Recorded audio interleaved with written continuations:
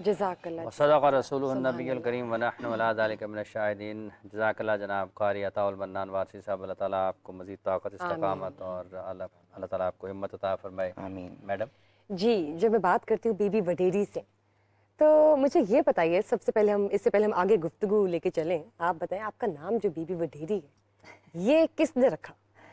Actually हम सिंध में रहे हैं। सिंध से है आपका जी ताल्लुक? नहीं, मैं थी तो पंजाब में, मेरा ज़िला बहावल नगर से ताल्लुक था, लेकिन मेरी फैमिली, मेरी शादी सिंध में हुई थी। तो वहाँ ज़िम्मेदारों को वडेरा सिस्टम है, आपको पता है, यहाँ जैसे चौधरी कहते हैं वहाँ वडेरा कहते हैं, तो वहाँ से ही नाम है।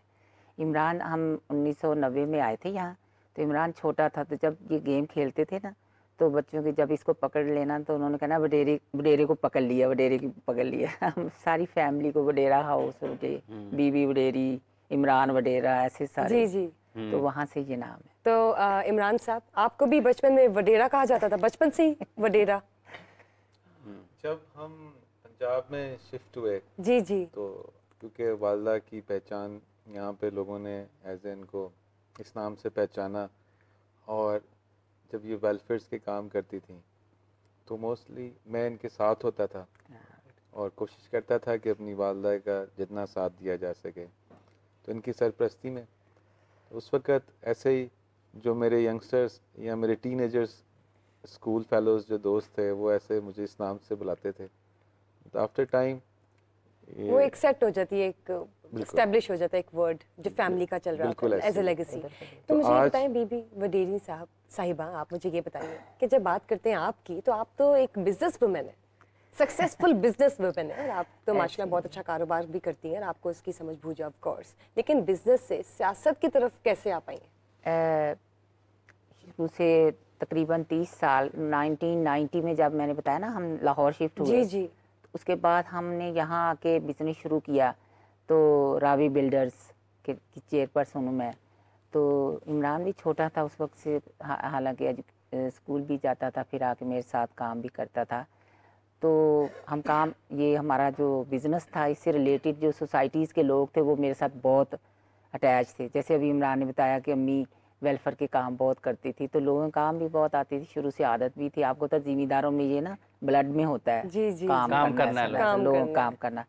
तो इसलिए फिर जब इलेक्शन हुआ 2002 का, नाजमीन का, तो उस वक्त उन्होंने पार्टी के जो मेंबर थे उन्होंने ऑफिस आया, मुझे कहा कि आप हमारे साथ अगर खड़ी हो जाएं तो हमें बहुत फ़ायदा होगा, क्योंकि सोसाइटीज़ के लोग आपको बहुत जानते हैं। ठीक हो गया। तो मैं उनके साथ एज ए काउंसलर खड़ी हो गई। तो आप यकीन करें पूरी सोसाइटी में बगैर हर घर दरवाज़ा बजाए हम जाते थे, तो बड़े खुश थे हमारे नाज़म जो खड़े हुए थे कि ये तो हमें बहुत बेनिफिट मिला आपके आने से। तो उसके बाद से फिर ऐसा अटैच हुए, फिर मेरी फैमिली भी मेरे साथ थी ना, सपोर्टिव में। इमरान बहुत मेरे साथ था, फैमिली से छोटा बेटा, पूरा घर, मतलब हस्बैंड भी सपोर्ट करते? हाँ जी, सपोर्ट करते थे। तो इसलिए फिर आगे बढ़ते गए। और आज देखिए जी जनाब, एक ही फैमिली से माँ बेटा माशाल्लाह जो है वो एमपीए हैं, और दो एमपीएस एक ही घर में, तो आप असेंबली के इजलास में इकट्ठे जाते होंगे। ये मेरी वालदा की बड़ी ख्वाहिश थी।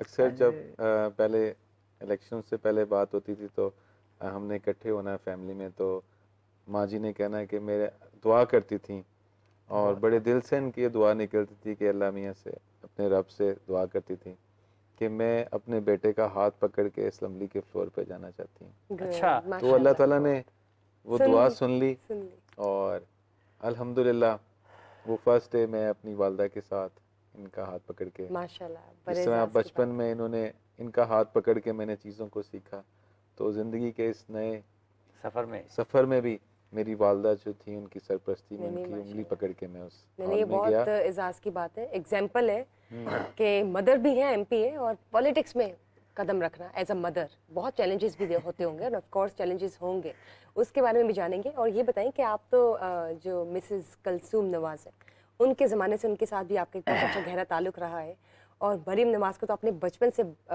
भरे होते हुए देखा है, तो वो भी बताएं कि वो कैसी थी जब छोटी होती थी, तो तब कैसी थी, और एकदम से एक स्ट्रॉन्ग पॉलिटिशियन और पॉलिटिकल पर्सनालिटी के जैसे कहते हैं ना उस ऑरा में कैसे डेवलप हुई है। ये देखें, पहले तो आपको पता है कि मरियम थी नहीं सियासत में, तो बाजी के साथ हम होते थे। बाजी के साथ मैंने इतना काम नहीं किया, बट किया है। लेकिन जैसे ही मरियम बड़ी हुई तो बाजी की ख्वाहिश थी, बाजी कलसूम की। फिर एक टाइम ऐसा आया कि उन्होंने मरियम को थोड़ी ट्रेनिंग शुरू की। मैं आपको एक बात बताती हूँ। ऐसे हम कोई बैठे थे तो मरियम साहिबा को ना घर में गुड़िया कहते हैं। गुड़िया कहते हाँ हैं, जी, ठीक गुड़िया है। कहते थे बाजी और सारे घर वाले ना गुड़िया कहते थे।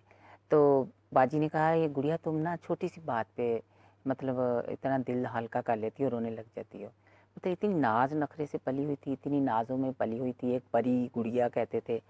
और देखें हालात ने उनको ऐसे तराशा कि संगे मरमर बना दिया। मैं बीच की बात सारी इसमें आपको क्रक्स बता दिया आप, बता हाँ रही जी। हूँ।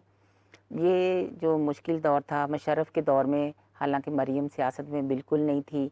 और एक दफ़ा कोर्ट में पेश हुए तो हालांकि सारे खड़े थे तो मरियम ने कहा क्या कर लेंगे, आपकी मर्जी है, जो भी कर लो, अल्लाह तो देख रहा है। छोटी थी, जाते जाते एक बात ऐसे की तो सारे हैरान रह गए। और ये जो अभी वाक़या गुजरा है, ये जो पिछले 6-7 साल, ये तो मैंने बहुत अटैच रही हूँ मरियम के साथ। मतलब हर जगह, हर मतलब लंदन, कोयटा, कश्मीर, हम 19 दिन इकट्ठे रहे हैं। पाकिस्तान का कोई ऐसा शहर नहीं जहाँ मैं साथ नहीं थी, बिल्कुल साथ रही हूँ। तो कई दफ़ा हम हंसते थे, मैं कहती थी मरियम हम भी थक जाते हैं, तो कहती थी नहीं नहीं थकना नहीं। कई दफ़ा एग्जाम्पल भी देती थी, हम 19 दिन रहे कश्मीर में, तो ना कई बीच में जैसे हमारे इलेक्शन से पहले मेरा ख्याल है हाँ इलेक्शन कैंपेन कश्मीर पे का गए थे। कैंपेन पे गए थे। तो आप देखें इतनी पहाड़ी इलाका था और हम, आप बिलीव करें उस इतनी वक्त तो ऑपोजिशन में भी strong थे है, आप। सख्त ऑपोजिशन में थे। इतनी स्ट्रॉन्ग है इस दफ़ा ये 6 साल जिस तरह गुजरे हैं। ये मेरा एक इंटरव्यू था जब मुझे ये MPA के इंटरव्यू के लिए बुलाया, तो आप मैं सुनाऊंगी बाद में, आप हंसेंगे। मैंने मियाँ साहब को, सारे बैठे थे, मैंने कहा मियाँ साहब ये जो आप यहाँ बैठे हैं ना, ये जो सारी क़यादत बैठी है, ये मरियम नवाज शरीफ साहिबा की वजह से बैठी है। ये उनकी जिस मेहनत तरह उनकी बिल्कुल, यानी मेहनत strong और struggle। उनका कर्ज था, माशाल्लाह। और उन्होंने जिस तरह फिर मुश्किल वक्त का मुकाबला किया, आपने देखा है, सारी दुनिया ने देखा। दुनिया ने देखा जी। और ये तो एक एग्जांपल है कि पहली Example है। खातून वजीर आला वजीर आला पहली खतून। पहली मैं खातून। मैंने मुबारक दी असम्बली में, मैंने कहा मरियम साहिबा मुबारक हो, आप पहली खातून वजीर आला बनी हैं। तो मुझे कहती बीबी आपको भी मुबारक हो, आप पहली खातून अपनी सूबाई असम्बली में अपने बेटे का हाथ पकड़ के आई हैं। माशाल्लाह। तो मेरे लिए ये एजाज़ की बात थी। तो इमरान साहब ये जो जैसे चूँकि आपके घर में ही हैं दोनों अरकान सूबाई असम्बली, अब क्या लोगों से बातचीत होती है, लोगों की तवक्को क्या है अब आप लोगों से? क्योंकि अगर एक घर में 2 MP हों तो फिर एक घर में एक रिस्पांसिबिलिटीज भी ज्यादा हो जाती हैं, तवक्कुआत भी वैसे बढ़ जाएंगी, एक्सपेक्टेशंस भी। और देखें जो इस टाइम पाकिस्तान को अवाम के जो इसकी बेसिक्स जो उनकी प्रॉब्लम्स हैं, इस टाइम हर जो इंसान है, आप मैं भी उसमें शामिल होते हैं, एक सफ़ेद पोश, सबसे बड़ी जो उसको आजकल प्रॉब्लम है वो महंगाई की है। और वो महंगाई क्यों है? क्योंकि मईशत तबाह हुई है।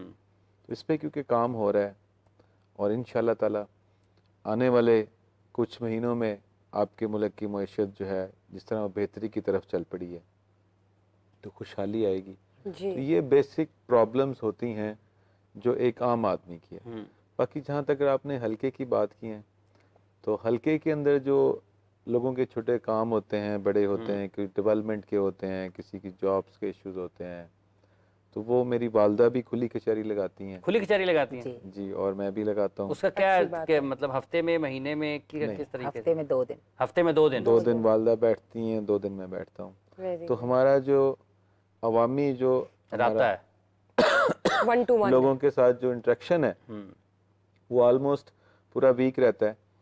हम डेली बेसिस पे लोगों से हमारा मिलना जुलना रहता है और आवाम में रहते हैं, और लोगों ने बड़ा प्यार किया इस चीज़ का।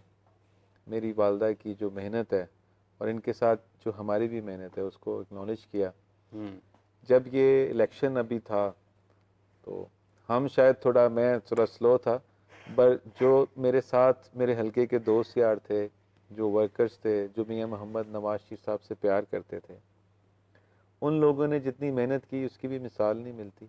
और उन सब को जो लीड कर रही थी वो क्योंकि एक माँ कर रही थी, और हम तो शायद थक के कहीं बैठ जाते थे, बट ये नहीं थकती थी। बिल्कुल तो जाहिर है। अब देखें ना, अल्लाह ताला का मैं शुक्रगुजार हूँ कि इतनी बहादुर माँ मिली हैं, माशाल्लाह। इतनी मोहब्बत करने वाली नहीं, माएँ तो example खैर है होती हाफिज साहब, ये मोहब्बत तो करने बहादुर वाली हैं। बहादुर ये तो वालदा जी। बहादुरी और की उन्होंने कहा जी example इसका है। मतलब है कि कैंपेन जो है वालदा हाँ साहबा जी। ने की थी। कॉलर इस वक्त हमारे साथ है जी। कौन साहब मोहतरमा कहाँ से हैं? अस्सलाम वालेकुम, रमज़ान का समा में आपको खुशामदीद कहते हैं। जी वालेकुम सलाम। मेरी आवाज़ आ रही है आपको? जी जी फरमाइएगा। जी, मेरा नाम आमिर मजीद है और मेरा ताल्लुक कराची से है। एक मसला है जिसके लिए मुझे बात करनी है मुफ्ती सखावत साहब से। जी जी ज़रूर। हेलो। जी जी सुन रहे हैं मुफ्ती साहब। आमिर साहब आप बात कीजिए। अच्छा, मुझे एक बुरी आदत है कि दाढ़ी के बाल दांतों से काट कर खाता रहता हूँ। अब बेख्तियारी में रोजे की हालत में कुछ बाल हलक से रोजाना पेट में चले जाते हैं। मेरा रोजा जाया नहीं होता, अगर नहीं तो कज़ा या कफारा भी मैं मजबूर हूँ, खबर भी नहीं होती और रोजा भी रखूँ या नहीं रखूँ, क्या करूँ? मुझे इस पर मेरी रहनुमाई फरमाएं प्लीज। ठीक है आमिर साहब, बहुत शुक्रिया आपका। मुफ्ती साहब, दाढ़ी के बाल खाने की आदत है। बिस्मिल्लाहिर्रहमानिर्रहीम। अगर तो कोई बंदा भूल कर कोई ऐसा अमल कर लेता है ना, उसको रोज़ा याद ही नहीं रहा, तो ऐसी सूरत हाल के अंदर अगर भूल के कुछ खा पी लेता है तो इसके बारे में चूँकि नस मौजूद है हदीस की, तो ऐसी सूरत हाल के अंदर तो रोज़ा फासिद नहीं होता।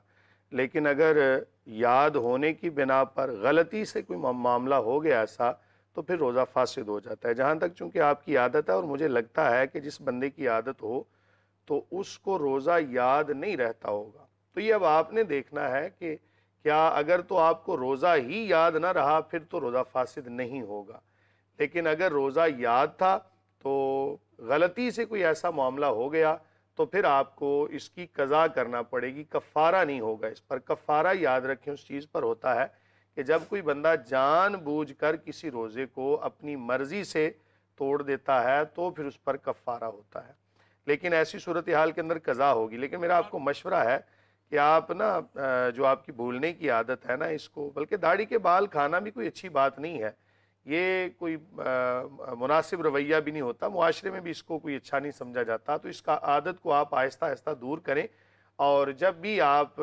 नमाज पढ़ने लगें तो आप तावुज़ और तीसरा कलमा पढ़ के नमाज शुरू करें। इसके अलावा भी जब आप तावुज़ यानी आऊज़ु बिल्लाहि मिनश्शैतानिर्रजीम और तीसरा कलिमा मुकम्मल पढ़ लें, या फिर ला हौला वला कुव्वता इल्ला बिल्लाहिल अलीय्यिल अज़ीम पढ़ेंगे, तो उम्मीद करता हूँ कि आपकी ये जो बुरी आदत है ये भी दूर हो जाएगी और आपकी याददाश्त भी बेहतर हो जाएगी। वल्लाहु ताला आलम।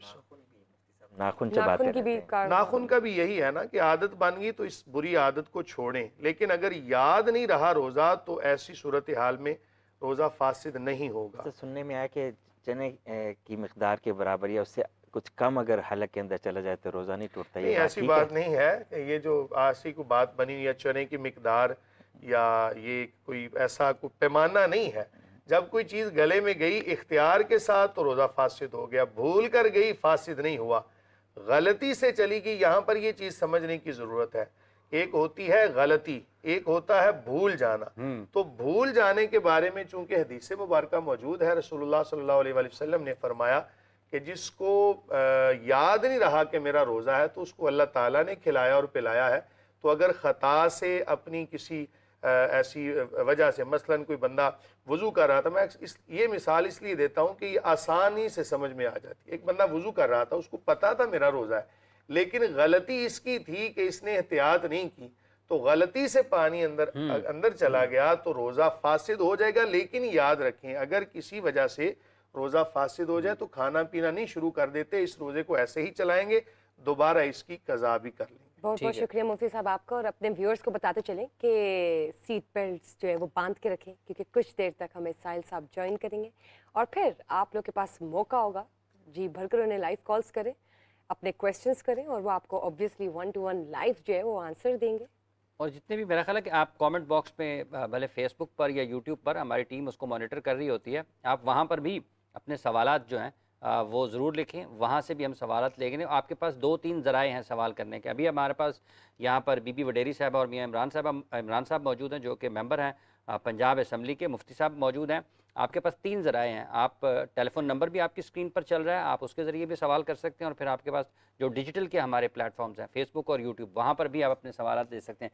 तो बीबी साहब ये बताइएगा कि ये जो कैंपेन है ये तो बहुत मुश्किल काम है, अगर आप किसी भी, ये तो जो वर्कर होते हैं उनके लिए भी, उनका भी दिन और रात का पता नहीं चलता, और जो इलेक्शन लड़ रहा होता है उसका तो हाल ही बुरा हो जाता है। इस पे सरमाया भी बहुत खर्च होता है, वक्त भी बहुत खर्च होता है, फिर लोगों की बातें भी सुनना पड़ती हैं। तो देखें बेटा, हमने बाजी कलसूम का इलेक्शन भी जब लड़ा था ना, तो कैंपेन की थी, मरियम के साथ होते थे हम। तो मुझे ना 20 साल हो गए हैं, 20 ईयर्स। 20 साल तो लोगों के काम करना, मैं वेलफेयर के काम करती थी, तो आपको बताया पहले। तो बहुत कैंपेन की हैं, पहले अपने लीडरान की भी की हैं, कायदीन भी की हैं। फिर 2018 में इमरान ने इलेक्शन लड़ा था, तो उस वक्त भी आपको पता ही है, ओन चौधरी का भाई था हमारे खिलाफ, तो उस वक्त भी हम कैंपेन की थी। और इस दफ़ा माशाल्लाह से इमरान का जो हलका था उसमें आपको पता ही है कि अता तारड़ था, और ऊपर दूसरा अपोजिशन बिलावल थे। जी, तो फिर हम वहाँ कैंपेन तो बड़ी सख्त थी, बता के तो हटे इमरान आपको कि हम तो फिर भी कभी बैठ जाते थे। अपनी तो 24 आवर में हल्के में रहती थी। मैं बस चैलेंजिंग तो ऑब्वियसली चैलेंज था मेरे अच्छा, लिए। जो नाराज वोटर है उसको कैसे मनाते हैं? अल्लाह की तरफ से ये मेरा कोई इसमें कमाल नहीं है बेटा। मैं बिज़नेस भी करती हूँ, मैंने बताया 30 साल हो गए हैं, लोगों की सुलहें भी कराई।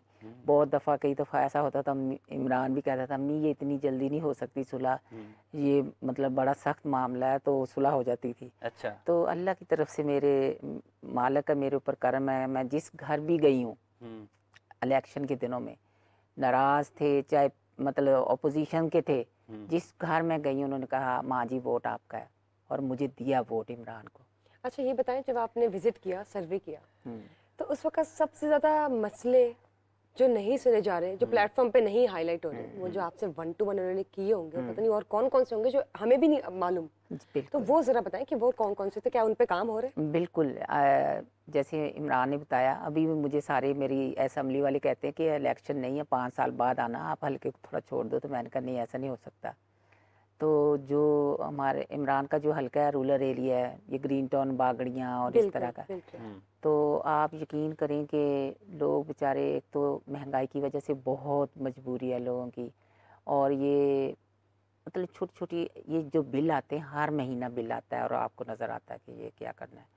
तो उस पे और बहुत सारे ऐसे मामला थे जो लोग बेचारे बता नहीं सकते। तो बिजली की कीमत में तो इजाफा ही हो रहा है, फिलहाल तो इजाफा हमने देखा बहुत मुश्किल है। बहुत इमरान मुश्किल साहब, ये जैसे अभी जो हल्का है आपका ग्रीन टाउन बागड़ियाँ, जैसे आपकी वालदा साहबा ने जिक्र किया, आपने वैसे अपने लिए क्या सेट किया है कि मैंने यहाँ पर क्या करनी है इस हल्के में, ताकि जब मैं 5 साल के बाद दोबारा जाऊँगा तो इन लोगों को ये ना बताना पड़े कि मियाँ इमरान दोबारा तुम्हारे पास आया है और इसने 5 साल में क्या किया। अपने लिए क्या, आपने किस चीज़ का तयन किया है? देखिए, जो हल्के के अंदर मैंने 3-4 जो काम हैं वो बड़े, मैं समझता हूँ कि वो हर एक इंसान की बुनियादी ज़रूरत ठीक है। सबसे पहले तो आज के जो दौर में पीने का साफ़ पानी, बिल्कुल सही बात। और लाहौर में ये प्रॉब्लम है इस चीज़ की, क्योंकि मैं पिछले 4-5 सालों में इस पे काम नहीं हुआ। जब शहबाज शरीफ साहब ने 2018 से पहले जगह जगह फिल्ट्रेशन प्लांट लगाए, तो उसके बाद की जो हुकूमत थी उन्होंने उसको एक खंडरात बना दिया। वो तमाम जो इन्वेस्टमेंट थी वो ज़ाया हो गई। ठीक है। वहाँ से लोग अपनी सेहत और ज़िंदगी के लिए, अपने बच्चों की ज़िंदगी के लिए, सेहत के लिए साफ़ पानी नहीं ले सके। तो मैं इंशाल्लाह ताला अपने इस हल्के में हर कोने कोने में साफ़ पानी पहुँचाना, ये मेरा अव्वलीन तरजीह है। ठीक है। और यहाँ पे मैं इसमें चाहता हूँ कि एक टेक्निकल कॉलेज हो हल्के में। ठीक है, जहाँ स्किल्स और टेक्निकल, ठीक है, जहाँ पे मेरे जो नौजवान इस हल्के के बच्चे हैं और जो मेरी बहनें हैं, बेटियां हैं, वो यहाँ पे मुख्तलिफ स्किल्स की डिप्लोमा बनाना आपका ये बहुत ज़रूरी है। ठीक है, जो हमारे नौजवान हैं वो अब एक अलग सी एक्टिविटीज़ में इस टाइम मसरूफ़ हैं, लेकिन अगर हम पिछले दौर में जाते थे तो वो एक हेल्थी एक्टिविटीज़ और प्रमोशन, जिससे पाकिस्तान के अंदर कोई बेहतरी आनी थी, या उन्होंने अपने वालदैन की वो उसमें मददगार साबित हो सकते हैं। ठीक है। तो इन कामों के लिए मैं इंशाल्लाह ताला, सीएम पंजाब साहिबा का विज़न भी बहुत है, तो मैं उनसे रिक्वेस्ट करूँगा कि हमारे इस हल्के को स्पेशली जो है, क्योंकि ये एक पसपा इलाका है, तो यहाँ के जो नौजवान बच्चे हैं और जो मेरी बहनें हैं, बेटियाँ हैं, उनके लिए एक टेक्निकल और स्किल्स कॉलेज होना बहुत ज़रूरी बहुत है। ज़रूरी है। तो ये अभी ये आपने वैसे बिजली बड़ी की बात बड़ी की। बहुत अच्छी चीज़ है। अगर आप देखें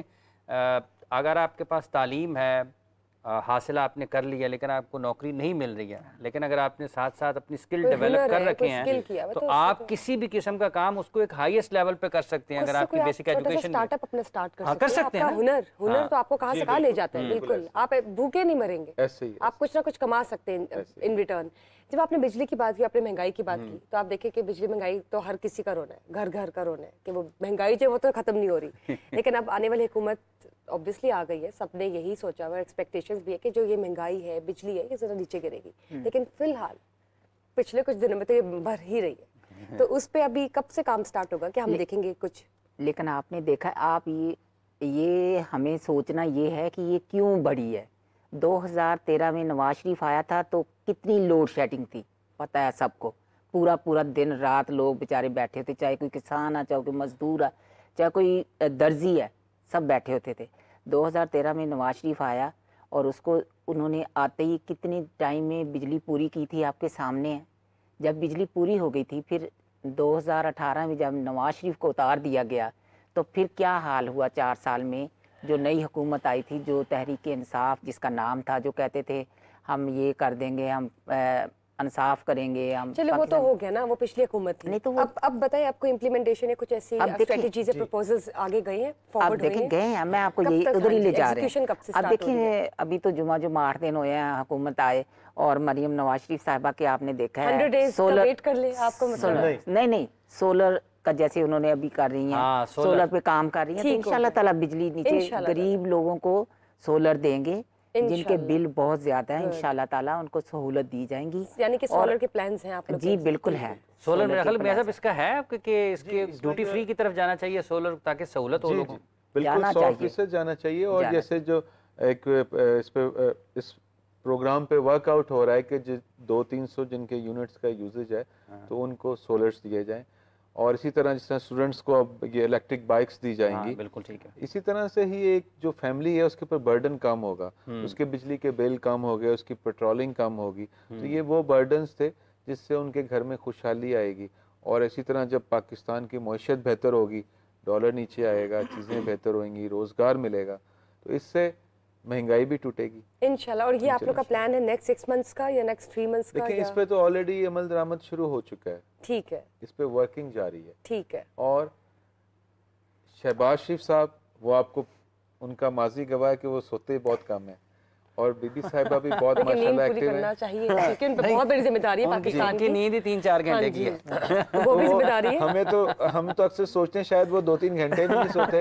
वो कहते हैं कि मैं ये वक्त भी जो है वो पाकिस्तान की अवाम को दे दूं, नहीं, इनके इतना लिए, fresh अपने mind तो वतन हो के लिए। कि जरा फिर इम्प्लीमेंटेशन फ्रेश तरीके से हो, ताकि जरा वो होता है एक स्मूथ जरूरत है। देखें ये जो जिस तरह से इंशाल्लाह। बुशरा भी बीबी वडेरी साहब हैं, इमरान साहब यहाँ पर मौजूद है, तो पाकिस्तान को असल में ना पॉजिटिविटी की जरूरत है, एक बहुत चीज़ ये है। जरूरी है, दूसरा, पाकिस्तान को कंस्ट्रक्टिव जो एक्टिविटी है ना उसकी बड़ी शिद्दत से ज़रूरत है बहुत। कि आप हर वक्त ये अगर हम कहते रहें कि ये हो गया, ये हो गया, ये हो गया, अब होना ये चाहिए कि इसको ठीक कैसे करना है। अब हमने जाना चाहिए हमें सॉल्यूशन की तरफ, सोल्यूशन की Blame तरफ games, ना, let's just जैसे get away अभी with the सोलर blame की games. बात हो रही है ना, सोलर Let's की, get towards the जैसे solution. अभी मियाँ साहब ने ये कहा है कि 200-300 जो हैं इस्तेमाल करने वाले, अगर उनके Units पास जो है। सोलर चला जाएगा तो free- बोझ कम इंशाल्लाह। होगा। खुशहाल हो बहुत जाएंगे। अच्छी बात आपने बताई है खुशहाल हमारे बेहतरी ऑडियंस आएगी को भी, उनके घर में। वो भी खुश होंगे ये सुन के कि ये खुशहाल हो। बहुत अच्छा एक डेवलपमेंट डिजिटलाइज्ड एरा है, और एक ऐसी आप टेक्नोलॉजी लेकर आ रहे हैं कि बिजली के लिए बस और ये सबसे अहम है बहुत अच्छी बात बुशरा, है, ये very जो है good. ना टेक्निकल एजुकेशन। देखें पाकिस्तान के जितने भी सियासी लोग हैं जो यहाँ पर जो सुन रहे हों या जिन तक ये पैगाम जाए, आप अपने अपने शहरों में, अपने अपने हलकों में अगर टेक्निकल एजुकेशन को फ़रोग देने की कोशिश करेंगे तो ये इस मुल्क के ऊपर बहुत बड़ा एहसान बहुत बड़ा होगा एहसान कि हर शख्स को ये काम आना चाहिए कि उसने अपने घर में जो बिजली का अगर छोटा मोटा काम है वो कैसे करना है, उसने अपने नलके कैसे ठीक करने हैं, उसने अपने बिल्कुल। जो घर के काम है। और यही आपको, अगर आप बेसिक एजुकेशन के साथ हैं तो आपको नेक्स्ट लेवल पर लेकर जा सकते और हैं। आप कोई भी काम स्टार्ट कर सकते हैं, कोने खुदरे कहीं पे भी इसका आप हैं। इसका आपने वैसे बिल्कुल। प्रपोजल वगैरह कुछ चीजें सेट की जी, होंगी इसकी यकीनी मैंने तौर पर। मेरे ऑलरेडी इस पे ये वैसे में हम आइडिया आपकी वालदा साहब का क्या आपका है? नहीं, मियाँ साहब का है। अच्छा, मियाँ साहब अच्छा, का। वैसे जो बेरोजगारी खत्म होगी बेटा, अच्छा। इससे बहुत हाँ बड़ी जी। बुशरा, बेरोजगारी खत्म होगी इंशाल्लाह, और मैं भी अपने हलके को लेके 2-3 ऐसे में इनिशिएटिव्स हैं, वो इंशाल्लाह मैं अनकरीब वेरी सून अपने सीएम पंजाब साहिबा जो हैं उनके पास उनकी खिदमत में हाजिर करूंगा। इसी तरह मैं चाहता हूँ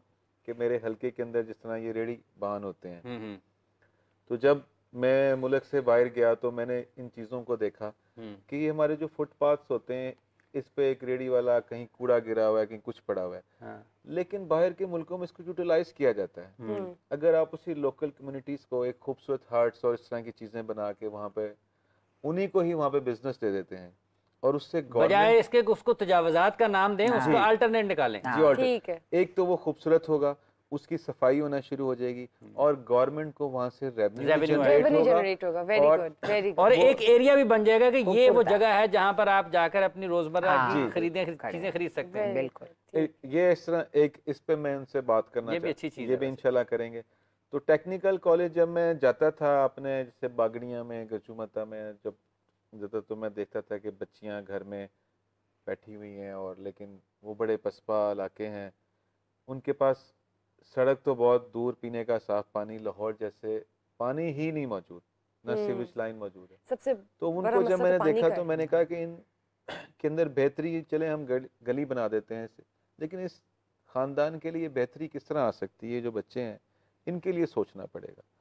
तो जब हम उन बच्चों के लिए सोचेंगे, उन नौजवान लोगों के लिए सोचेंगे, अब एक बेटी घर बैठी है, वो अपने बाप के लिए कुछ स्टिचिंग कर सकती है, कोई ऐसे हैंड क्राफ्टिंग कर सकती है, कोई और ऐसे बड़े से काम होते हैं, ऐसे जैसे हमारे नौजवान हैं वो हमारे अपने इलेक्ट्रिक काम के ऐसे सैनिटरी वर्क्स हैं। सो अगर उनको वहाँ पे इस तरह की एजुकेशंस दी जाए और उनको सिखाया जाए तो वो इंशाल्लाह अपने घर की बहुत ठीक है मियां साहब कि ये बुनियादी तौर पर जहन इस्तेमाल करने वाली चीज़ है। तो जब आप किसी जहन इस्तेमाल करने वाली चीज़ में जाएंगे तो आप पता नहीं क्या क्रिएट कर लें वहाँ से, क्रिएटिविटी और ये कोई टेक्निकल कॉलेज आप बनाएंगे या टेक्निकल कॉलेज कस्टमाइज्ड ट्रेनिंग्स देंगे या किस तरह से स्टार्ट होगा? हाँ, इसी तरह का है, कॉलेज भी होगा और उसमें शॉर्ट कोर्सेज भी।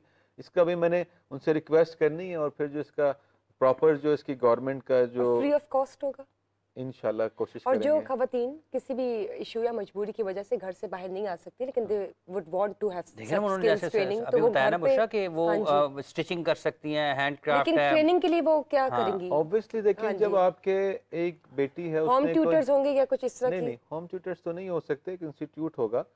तो जो लोग बहुत दूर नहीं जा सकते, जब उनके घर के अंदर एक चीज आ जाएगी, वो 1-2 किलोमीटर के रेडियस में होगा, बाप छोड़ के आ सकता है, इवन ये भी अगर हम 2, 4, 5, 7 किलोमीटर, लेकिन आपके कम से कम हल्के के अंदर होगा तो ये एक चीज जरूर होगी कि उसकी मॉनिटरिंग भी रहेगी। इतना इजी होगा कि एक्सेसिबल है और रीजनेबल तरीके से वो उस चीज को एक्सेस में ला सकते हैं और उससे कुछ फायदा उठा सकते हैं। और ये देखें ना पाकिस्तान की बेहतरी के लिए कि आप इंडिपेंडेंट हो जाएंगे। अच्छा, एक तो हो गया मियां साहब ये साफ पानी वाला जी, एक हो गया ये टेक्निकल एजुकेशन, और दूसरा मैंने जो आपको कहा है कि जो रेडी पान होते हैं और जो जगह, इसको मैं चाहता हूँ कि इसको एक प्रॉपर जिस तरह मॉडल बाजार्स बने थे, लेकिन आप लिबर्टी जाते हैं तो वहाँ पे एक फुटपाथ पे एक आदमी है, वो रॉ का जूस लगाता है, तो वो आप साफ सुथरी जगह है, वो अपने साइडों पे सफाई भी रखता है और वहाँ पे लोग इजीली गाड़ी में। इसी तरह हमारे हर हलके के अंदर बहुत सारी चीज़ें हैं, तो उन चीजों के ऊपर वहाँ पे गधा गाड़ी खड़ी होती हैं, गंद पड़ा होता है। मतलब आपका ख्याल ये है कि हल्के के अंदर जितने भी रोजगार की चीजें हैं उनको बेहतर तरीके से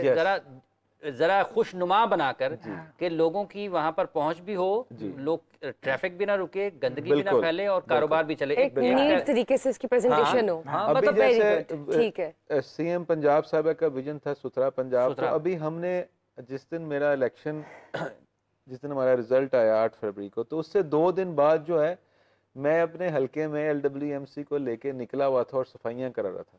अभी हमें अहकामात नहीं मिले थे क्योंकि, लेकिन जब आप हल्के में फिरते हैं, लोगों में फिर रहे होते हैं, तो फिर आपको पता लगता है कि मैं भी वहीं रहता हूँ, उन्हीं गलियों में से मैंने भी पानी पीना है, उन्हीं गलियों में मैंने भी घूमना है। जब मैं वहाँ पे घूमूंगा तो मैं क्यों नहीं चाहूंगा कि मेरा घर साफ सुथरा हो। बिल्कुल। एक कॉलर है हमारे साथ, कौन सा आप मोहतरमा, कहाँ से हैं? अस्सलाम वालेकुम। वालेकुम सलाम, मैं तुफैल खान बात कर रहा हूँ।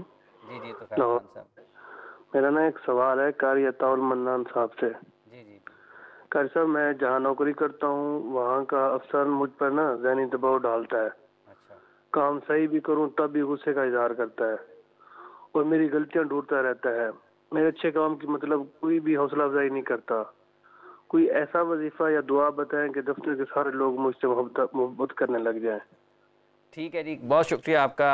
आपको मसला आपके बॉस से है कि उसके जो बॉस हैं वो हौसला अफजाई नहीं करते, उनके काम में गलतियां निकालते हैं। कुछ शिकायत हम तक पहुंचती हैं कि बाज़ ऑफिसर्स पर्सनली हो जाते हैं किसी मुलाजिम के साथ, वो मोहब्बत भी नहीं करते, और अगर वो सही काम भी करे तब भी वो रोक टोक, डांटना, रोज़ाना की कोई ना कोई बात सुना देना, नकाइश की तलाश में रहते हैं। वो बेचारा फिर डिप्रेशन का शिकार हो जाता है, ये कैफियत हो जाती है उसकी। तो मैं आपके लिए एक वजीफ़ा बताऊंगा, हमारे बुज़ुर्गों का है। अल्लाह ताला का नाम है या सुब्बूह या कुद्दूस या गफूर या वदूद। ये 4 नाम हैं अल्लाह ताला के। दोबारा सुन लीजिए, या सुब्बूह या कुद्दूस या गफूर या वदूद। इसको सिर्फ 7 मरतबा पढ़ना है और अव्वल आखिर 3 मरतबा दुरूद शरीफ पढ़ना है। 7 मरतबा पढ़ें और जब भी आप दफ्तर जाया करें तो ये पढ़ के दफ्तर में जितने भी लोग मौजूद हैं हल्का सा इशारा उनकी तरफ फूंक का कर दिया करें। इंशाल्लाह सब नरम हो जाएंगे और वो आपसे मोहब्बत करने लगेंगे। और रोज़ाना अगर आप ये कर सके तो बेहतर है, वरना 7 दिन लगातार करें तो इंशाल्लाह वो मोहब्बत करेंगे। अल्लाह ताला का नाम है। साहब अगर फूंक का मौका ही ना मिले, आपको पता है यहाँ पर लोगों ने और मतलब लेना है कि साढ़े को फूंक इस तरह से नहीं मार रहा है कि दम कर रहे हैं, फूंक इस तरह से नहीं मारनी होती कि उनको पता लगे। बस हल्का सा इस तरह करके इशारा भी कर दें या दफ्तर में एंटर होने से पहले पढ़ लें तो अल्लाह ताला के नाम की बरकत आपके जिस्म ही पर तारी हो जाती है और लोग देखते ही आपसे मोहब्बत करने लगेंगे। सीसीटीवी से रोजाना उसको मॉनिटर करे और 3 दिन के बाद गए तो रोज आते आगे की फूंक मार। लेकिन आप मैं खुद भी जब मुझे बताया ना बुजुर्गों ने, मैं खुद भी अपने ऑफिसर के पास जब भी गया ना तो मैं पढ़ कर गया, तो बड़े से बड़ा मामला भी हो ना वो फौरन मेरी बात सुनते भी हैं और वो जो कहते हैं वो मानते भी हैं। तभी आप माशाल्लाह अभी यहीं इनके बॉस ने सुनना लिया हो, ये कौन सा तभी आपके चेहरे पे स्माइल रहती है।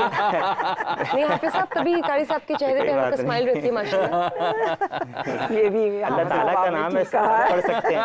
अल्लाह ताला का नाम है, सब पढ़ सकते हैं। ये तो वायरल होने का जमाना है, मोहब्बत फैला रहे हैं। कोई बीच में से निकल गई। हाफिज साहब मोहब्बत फैला रहे हैं, अगर वो सुन भी लें तो मोहब्बत फैला रहे हैं। हम कौन सा नफरत फैला रहे हैं, इससे मोहब्बतें फैलेंगी इंशाल्लाह। अच्छा बीबी साहब, ये जैसे अभी मियाँ साहब ने बताया 3-4 काम आपके, इसके अलावा आपके ख्याल में चूँकि बहैसियत एक ख़ातून के आप क्या चाहती हैं कि आपके हलके में और पंजाब में और पाकिस्तान की में ख़वातीन के लिए किन चीज़ों की ज़रूरत है?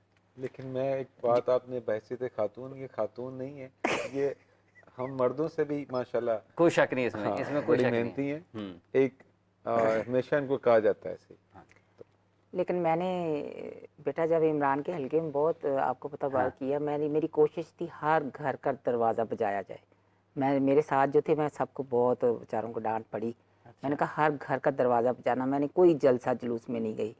तो मैंने देखा है। और अच्छा, आपके ख्याल में घरों में जाना जलसे जुलूस से ज़्यादा? हाँ, मैं ये समझती हूँ। अच्छा। लोगों के अकेले में बात भी सुनते हैं, उनकी मुश्किलात को बहुत सारी मुश्किलात को उसी टाइम हल किया है। ठीक है, अच्छा, बहुत सारी मुश्किलात अवाम के लिए आप आ रहे हो और अवाम की खिदमत करने, तो अवाम से मिलना बहुत जरूरी है। कई लोग थे कह रहे थे जी हमारा मीटर ये हो गया, हमारा खंबा ये, उसी वक्त मैं फोन करती थी। पुलिस स्टेशन, अगर पुलिस स्टेशन का कोई मसला हो तो वो पुलिस स्टेशन का तो आप पूछे ना, पुलिस स्टेशन यही से आपकी बात कंटिन्यू करते हैं। कॉलर सुन ले पुलिस स्टेशन का पुलिस स्टेशन की आप बात ना करें। पुलिस स्टेशन तो लड़ाइयाँ भी बड़ी हुई है, इलेक्शन वाले दिन भी कुटकटाइए हो पुलिस को भी। अच्छा, यानी कि आप दबंग भी है माशाल्लाह, रौब भी है। ये कॉलर लेते हैं दोबारा, ये पुलिस वाला जो माना, क्योंकि एमपीएस के पास, एमएनएस के पास ना बहुत ज्यादा लोग जाते हैं लड़ाई झगड़े के, और पुलिस बड़ा उसमें, पुलिस स्टेशन जो है ये बड़ा अहम किरदार अदा करता है। अस्सलाम वालेकुम जी, कौन साहब है, मोहतरमा कहाँ से हैं?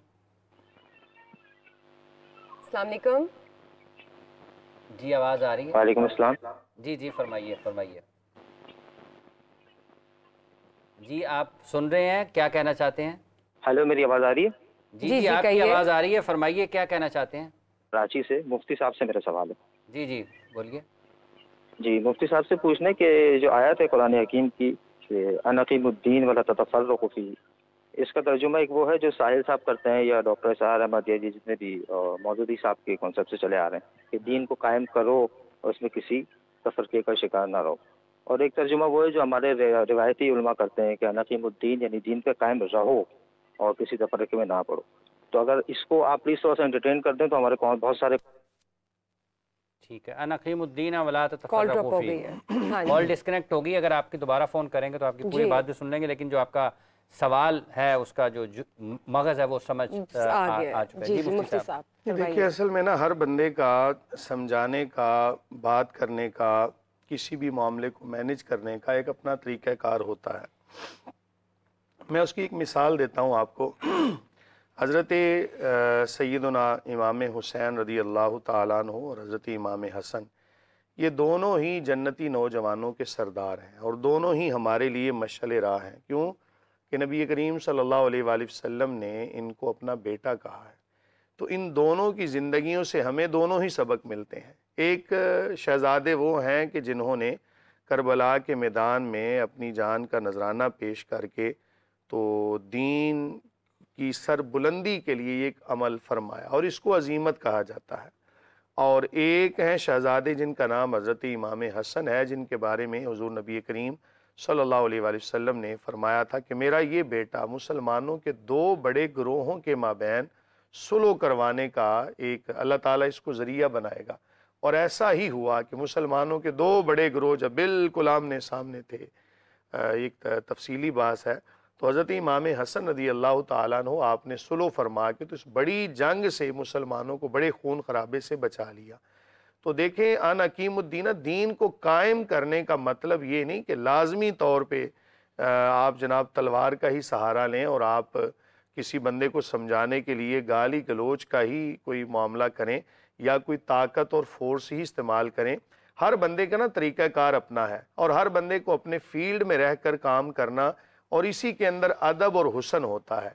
अब देखें ना, औलिया अल्लाह हैं तो वो लोगों को ना एक बातनी तरीके से, एक रूहानी तरीके से पाक करने का काम करते हैं। मैं अक्सर कहा करता हूँ कि एक आलिम दीन जो है ना, जिसने एक ज़ाहरी उलूम पढ़े हैं, तो वो ज़्यादा से ज़्यादा पता है क्या कर सकता है, एक मुसलमान को मुसल्ले पे ला के खड़ा कर सकता है। पाकीज़गी के मसाइल एक आलिम दीन बताएगा, पाकी ना पाकी के, जायज़ व नाजायज़, हलाल व हराम के। अब जहाँ पे मामला आता है ना नमाज में दिल लगाने का, अब ये मसला ऐसा है कि ये जाहिर से इसका ताल्लुक नहीं है, तो ये किसी अल्लाह वाले की जब नज़र पड़ती है ना किसी पर, तो वो दिल की दुनिया बदल जाती है। हुज़ूर नबी करीम सल्लल्लाहु अलैहि वसल्लम तो हमारे लिए बिल्कुल एक आपकी सीरत हमारे लिए मशअल राह है और हर किसी ने रसूलुल्लाह सल्लल्लाहु अलैहि वसल्लम से ही सबक लेना है। करीम आका अलैहिस्सलातु वस्सलाम ने एक ही वक़्त में हिकमत भी सिखाई, दनाई भी सिखाई, ज़ाहरी उलूम भी सिखाए और युज़क्कीहिम का जो एक लफ्ज़ है ना, एक तज़किया नफ्स पर जो दलालत करता है।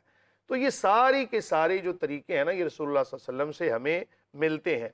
और दीन को कायम करना है अब तो फिर हर बंदा अपने फील्ड के मुताबिक काम करे और एक दूसरे के साथ कनेक्ट रहे। और वला तफर्रकू की बात कर दूं, वला तफर्रकू जो है ना, वो है कि दीन के अंदर कोई ऐसा मामला, कोई ऐसा अपनी अलहदा से जमात ना बना लो कि जो दीन के उसूलों के खिलाफ हो, जो दीन के उसूलों के खिलाफ हो, वहां पर नहीं। जहां तक फुरूई बात होती है ना, मैं सब आखिरी क्लैरिटी दे दूं, जहां तक फुरूई मसाइल का ताल्लुक होता है ना, फुरूई मसाइल का, कि फुरूई मसाइल के अंदर इख्तलाफ दीन का हुस्न है और उसूली मसाइल के अंदर इख्तलाफ कोई बंदा करता है तो असल तफर्रुका वो है और जिससे मना किया गया है। कोई बंदा अगर आज नमाज का इनकार कर दे तो उससे कहा जाएगा कि तूने दीन के अंदर नया एक तफर्रुका डाला है। जहां तक है ना, नमाज पढ़नी कैसे है, भाई पढ़ो तो सही ना, कम उसूल पे है, ये उसूली जो है, इस पे मजीद बात करेंगे आगे बढ़ते। मेरा सवाल है नहीं, पहले ये जो है ना, ये जो पुलिस वाली बात हो रही थी, पुलिस स्टेशन, ये ना पाकिस्तान की सियासत में ये जो पुलिस स्टेशन का किरदार है ना, ये बड़ा अहम है, बहुत अहम। और लोग कोई भी, ये लाजिम नहीं है कोई सिर्फ वही जाता है अपने मुंतखब नुमाइंदों के पास कि जो कोई गलत करता है, कुछ लोग फंस भी जाते हैं, बिल्कुल फंसा भी दिए जाते हैं। तो ये बीबी साहबा, ये कितना मुश्किल है कि पुलिस स्टेशन के साथ डील करना। आप देखिए, पहले तो ये जो हमारा कॉन्सेप्ट है, हाँ। हम ना आम आवाम का कॉन्सेप्ट है कि पुलिस जाए बहुत बुरी है, ऐसा नहीं है। पुलिस बहुत अच्छी है। आपके लिए ना बीबी साहब? नहीं, मेरे लिए नहीं। अच्छा। मैं एक नॉर्मल बात कर रही हूँ बेटा। मैंने पहले आपको बताया ना कि कई लड़ाइयाँ भी हुई, लेकिन ऐसा नहीं है। अगर देखें, जैसे आपने कहा कईयों को फंसाया भी जाता है। हाँ, आप ये देखना फंसाने वाला कौन है। अच्छा, पुलिस है फंसाने वाली? नहीं, फंसाने वाला कोई दूसरा बंदा होता है। हर जगह हमारा पुलिस को अपना ना होता है। अपना होता है, कोई आपका हमारा दोस्त दुश्मन होता होता है, है। कोई आपका मुखालफ होता है, वो लोग फंसाते हैं। हाँ, पुलिस के पास जैसे कॉन्सेप्ट बना है कि जी कोई सिफारिश हो, कोई ये हो, तो मेरा ख्याल है मुझे 30 साल हो गए, मैंने आपको पहले बताया, तो मैंने कभी कोई सिफारिश लेके नहीं गई। ये मेरा बेटा बैठा, पूछ लो, मैं नहीं कभी आपको वैसे फोन आते हैं जैसे साडा मम साहब फड़े लेकिन गए आपका छुड़ा रहे मामला हो बहुत MP आ- है। बहुत आते हैं, जाहिर है, बहुत। कुछ ना कुछ इस तरह के केसेस आते लेकिन मैं होंगे। आपको शुरू की बेटा बात बता रही हूँ जी, बुशरा, जी। कि जैसे मैंने शुरू में काम शुरू किया तब लोगों को था कि ये बीबी है, कोई बैठ गई है, तो मेरी बड़ी मुखालफत हुई थी। जी, जी। मुझे बहुत सेक्रीफाई करना पड़ा, मुझे लड़ाइयाँ लड़नी पड़ी। अच्छा लेकिन कभी किसी पुलिस के पास, मैं IG के पास भी अगर मैं गई हूँ, मैं खुद ही गई हूँ, कोई सिफारिश नहीं लेके गई बेटा। कोई जाके वहाँ ऐसे कि मैं पुलिस को आ गई, मैं नवाज शरीफ के साथ भी पंजाबी में बात करती हूँ, मरियम के साथ भी पंजाबी में बात करती हूँ। मैं जहाँ भी गई, मरियम मेरी बात को दोबारा रिपीट करती है, हंसती है, एंजॉय करती है।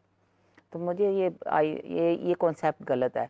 पुलिस हमारी अच्छी है, लेकिन एक ऐसा महकमा है, इतने रौले होते हैं, आप वहाँ हर बंदा एक ही बात सुनी जाता। पहले मैं लड़ती, मतलब अगर मैं आप आज की बात बताऊँ, हम 2 दिन खुली कचहरी लगाते हैं, अभी बताया।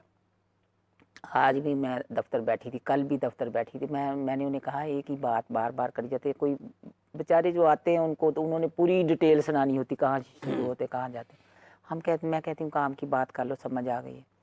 इसी तरह जब पुलिस के पास जाते हैं तो हम इतने रौले लेके जाते हैं कि उनकी एक वो आगे से उन्होंने ख़त्म तो करना होता है ना बात को, थोड़ा सा उनका जो रवैया है वो सख्त हो जाता है, तो उसको हम समझते हैं कि ये सही नहीं है, ऐसा नहीं है, ऐसा नहीं है। ठीक है, लेकिन ये फोन आपको जरूर आते हैं, फोन बहुत आते हैं, इलाके के लोग, मोहल्ले के लोग छुड़ा दो, मैं छुड़ा साथ दो। जाती हूँ, अच्छा, पुलिस के साथ आप जाती हैं, हाँ, मैं ताबन साथ भी करती हैं इस जाती हवाले हूँ, से? हाँ बिल्कुल जाती हूँ।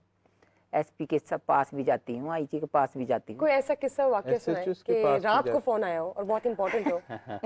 2 होता है ना बजे जब फोन आपने आया, बिल्कुल आप सोने की हालत में, लेकिन आपको 2 बजे 24/7 रात को ड्यूटी फोन है। आया। अब नियरली थोड़ी देर पहले की बात है, तो मेरे मिलने वाले थे, इमरान को वो कर रहे थे, हालांकि ये बैठा था अपने किसी दोस्त के पास, इसने उनको बताया कि मैंने फ़ोन कर दिया। अच्छा 2 बजे मुझे फ़ोन आई जाए, मैंने कहा यार वो मेरे साथ उन्होंने इलेक्शन लड़ा था, मैंने अच्छा। सोचा भी फ़ोन आ रहा है, मैं सुना तो कहने लगे कि वो ना थाना फलां सत्तो कतला में ना हमारा बंदा पकड़ लिया, ये हुआ वो हुआ। वहाँ का अच्छा हुआ आपने ये सवाल किया बेटा बुशरा, वहाँ का जो SHO था मैं नहीं जानती थी उसको, उन्होंने मुझे नंबर दिया, मैंने उन्हें फ़ोन किया, उठाया नहीं, मैंने मैसेज किया मी डेरी अटेंड माई कॉल। उसने उसी टाइम मुझे फ़ोन किया, मैंने उन्हें बताया कि फ़लाँ बंदा पकड़ लिया बेटा, तो उसने कहा मैं देख लेता हूँ, और उसने उस बंदे को छोड़ा और छोड़ के मुझे दोबारा फ़ोन किया। मतलब इस टाइम में ना 3 बज गए होंगे हमारे, कॉल कर रहे हैं, कॉल आ रही है, जा रही है, और मैंने कहा उसका देख लो ज़रा। उसने उसको छोड़ा और मुझे फ़ोन किया। मैंने कहा आपने तो हाशिम मुझे अपना मकरूज़ बना लिया, तो कहते नहीं नहीं माँ जी आपने इतने प्यार से कहा था। तो बात करने का भी एक तरीका लेकिन होता कोई है। ऐसा केस, सर्टन केस हो जिसमें वाकई जैसे कहते हैं ना गिल्टी हो, हाँ, ऐसा बहुत फिर सारे उसमें आप ऐसे भी मदद आते करती हैं या नहीं आते हैं, करती? करती दोनों हूँ। तरह के आते हैं, दोनों दोनों तरह तरह के आते हैं। जो लोग होते हैं ऑब्वियसली, जो हमारी ब्यूरोक्रेसी है जैसे पुलिस है, तो वो इंक्वायरी करती है ना, अगर कोई चोर पकड़ा गया है, हमें कोई सिफारिश आई कि जी मेरा बेटा छुड़ा दें, जी और जी। उसने कोई डकैती या चोरी की हुई है, तो ऑब्वियसली वो हमें ऑफिसर्स फिर इस चीज़ को बता देते हैं कि जनाब के ये आप इज पुलिस गिल्टी, में होगे तो तो वो उसको आपको तो नहीं बता छूटना जी जी चाहिए। बिल्कुल, कि वो तो चले एक सर्टन एक अरे स्पेसिफिक मतलब केस ये है, बुशरा इसका उसको- एक ही जैसे आपने बिल्कुल। सवाल है कि आपके पास तो हर किस्म का लोग किसी आता हाँ है, जी। भले वो जराइम पेशा है हाँ, या वो मासूम है, दोनों ने आना है। दोनों ने। जो बिल्कुल। जराइम पेशा होगा उसके भी घर वाले आएंगे कि साडा बच्चा पढ़ेगा गया, बिल्कुल। साडा मुंडा हाँ पढ़ेगा जी। छोड़ा, तो फिर ये उसको आगे अपनी जो जब तरीका हमें है, पता procedure चलता होता है, हाँ है, जी। जब हमें आगे से पता चलता है कि ये गिल्टी है, तो मैं तो बहुत गालियां देती हूँ, मियाँ साहब तो थोड़े नरम है। कोई ऐसा किस्सा वाकया सुनाए कुलसूम बीबी की जिंदगी का, जब आप उनके साथ होती थी, तो कोई ऐसा मजेदार किस्सा वाकया शेयर करें हमारे साथ। मरियम बीबी और मरियम जब छोटी होती थी, मरियम बीबी जो है, मैं जब अब्बास जब फौत हुए थे तो उस वक्त हम बैठे थे, उनके चाचा जब फौत हुए थे, छोटी तो नहीं थी मरियम, ठीक थी, तो माँ जी बहुत बाजी आप ही कहते थे, वाला मियाँ साहब ना अपनी वालदा को आप ही कहते थे, तो सारे बहुत अफसरदा थी, बहुत रो रही थी, तो बाजी थोड़ी देर बाद जाए उनको कभी पानी दें, बाजी कुलसूम, कभी उनको कहेंगे माँ जी सब्र करना है, उनको हदीस सुनाएं कोई। तो मरियम भी बैठी थी, मरियम बड़ी लाडली थी। मैं आपको बार बार यही कह रही हूँ कि घर में बहुत लाडली थी है अब भी, लेकिन अब वालदा क्योंकि रही नहीं है तो ज़ाहिर है वो इतनी मजबूत हो गई है कि चट्टान बन गई है। तो बाजी कलसूम जो थी ना, बड़ी समझदार, बड़ी बुर्दबार थी, बड़ी बुर्दबार औरत थी। मतलब उसमें बड़ा हौसला था, फैमिली को इकट्ठे लेके चलना, मैं उनको देखती थी, और बड़ों की इज्जत करना, मियाँ साहब का ख्याल रखना, बच्चों का ख्याल रखना, ये सारी चीज़ें मैंने उनको देखी, बहुत करीब से देखा है। आपने कहा कि आप उनसे पंजाबी में बात करती हाँ, हैं जब भी मिलती हैं। हाँ, तो चलिए ज़रा हमसे भी थोड़ा पंजाबी में बात करें। मैं गई लंदन, जब लास्ट टाइम मियाँ साहब ने आना था, मैं मरियम के साथ ही गए थे, हम इकट्ठे गए। तो हम ना अबू धाबी में ना मतलब हम 3 घंटे का स्टे था। ठीक है। तो हम उधर हम जा रहे थे, तो वो आपको पता, मरियम को देख के लोग सारे ऐसे इकट्ठे हो गए, मतलब भाग के आते थे साथ। अब हम आ रहे थे और यहाँ से अरबी एक जा रहा था, तो मैं और मरियम थी और मैं मानूर थी, वो इधर से सारे तुरे जा रहे थे। वो ना पास से गुजर, तो उसने ऐसे किया था। मैंने उसे कहा, मैंने क्या पागल जी, पीछे हट पागल जी। अच्छा। तो इतना हंसी मानूर कहती, अम्मी आप ही देखना, बीवी डेरी को कहती, पीछे हट पागल जी। मरियम मुझे कहती, मरियम मुझे कहती, बीवी जरा ये तो दस, उन्हें पता, उन्हें समझ आई सी, पीछे हट पागल जी। अस्सलाम वालेकुम जी, कौन सा मोहतरमा, कहाँ से हैं? वालेकुम अस्सलाम, मैं राफे अजीज बात कर रहा हूँ कराची से। कैसे हैं आप? जी राफे साहब, बहुत शुक्रिया आपका, बताइए क्या कहना चाहते हैं? अच्छा, मेरा सवाल मुफ्ती साहब से है कि एक बात हम बचपन से सुनते आ रहे हैं कि झूठे पर अल्लाह की लानत, थोड़ी सी इसकी वो तशरीह कर दें कि ये कहाँ से है, कैसे है बात, हमारे जाहिलों की जो नॉलेज में थोड़ा इजाफा कर दें। और दूसरा ये सवाल है उसी के साथ कि अगर झूठे पर अल्लाह की लानत है तो क्या हम भी बींगा इंसान लानत भेज सकते हैं उस पर? ठीक है, थैंक यू, बहुत बहुत शुक्रिया, कराची से आपने सवाल किया है। जी, पहले मैं एक जो अभी बात हो रही थी ना, चूँकि आप सियासतदान हैं तो मैं 2 बातें इसमें शामिल कर दूँ।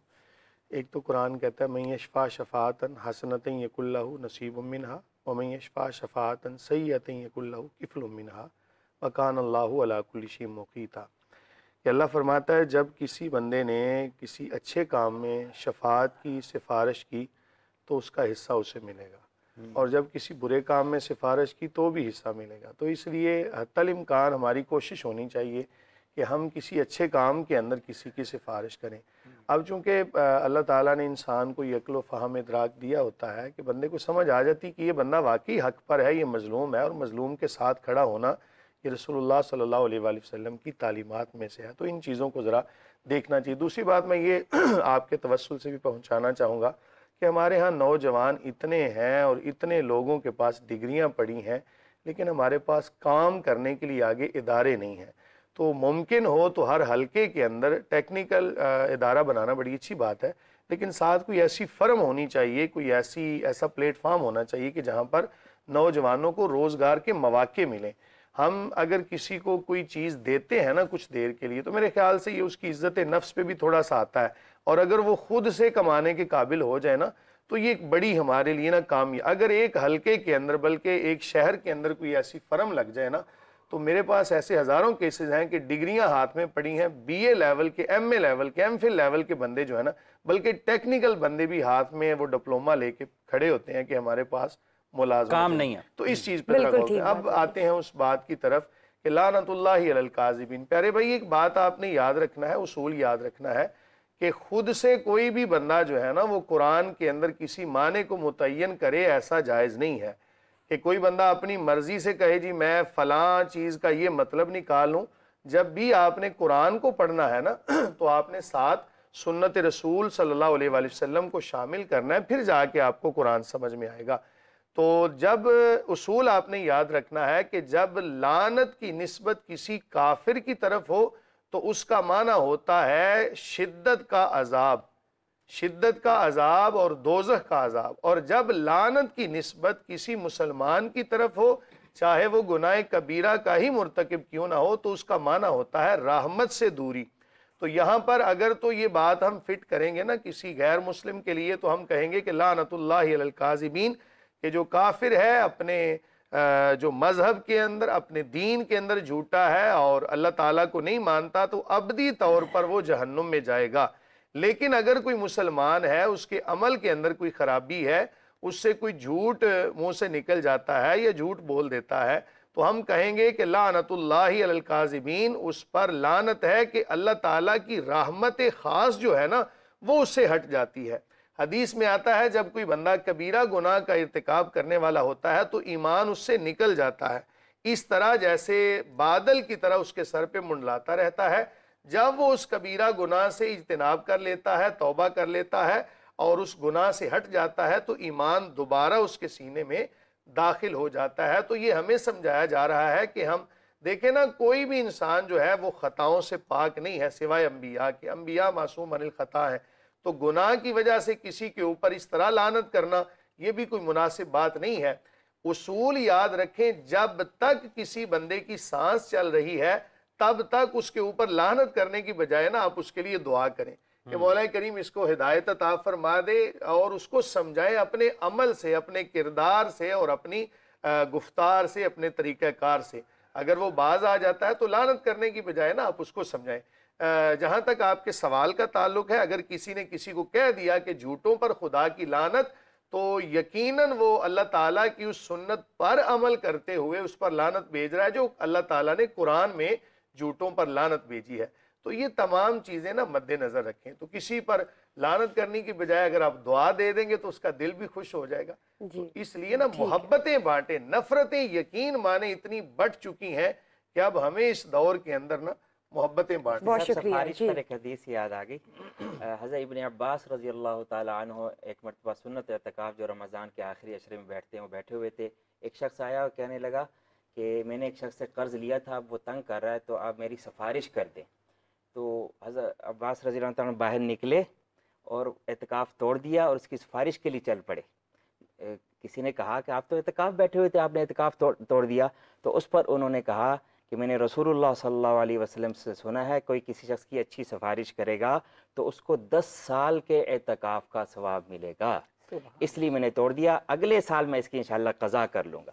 तो उन्होंने 10 साल के एतकाफ़ का सवाब ले लिया। तो आपके पास भी अगर कोई सिफारिश का कहता है, आप इसकी अच्छी सिफारिश करें, इंशाल्लाह आपको भी बहुत ज़्यादा अजर व सवाब मिलेगा। ये बहुत बड़ी खुशखबरी है। बिल्कुल ऐसे अभी जी मियां साहब ने बात की कि आप हर हल्के में कोई ऐसे होना चाहिए, जॉब्स क्रिएशन होनी चाहिए और हम किसी की जैसे मदद कर देते हैं। तो हमारी जो पार्टी है इसका देखें, हमने तो जैसे ये लंगर खाना इस तरह का सिस्टम वगैरह नहीं है इसमें। आज जो निगहबान पैकेज भी बनाया है, ये पाकिस्तान की हिस्ट्री में फ़र्स्ट टाइम ऐसा हुआ है कि मुझे नहीं पता, मैं वहाँ से इलेक्टेड मेंबर हूँ और मेरे वहाँ पे काउंसलर्स और जो बल्दियाती नुमाइंदे हैं उनकी ज़रा एक रत्ती बराबर इंटरफेरेंस नहीं है।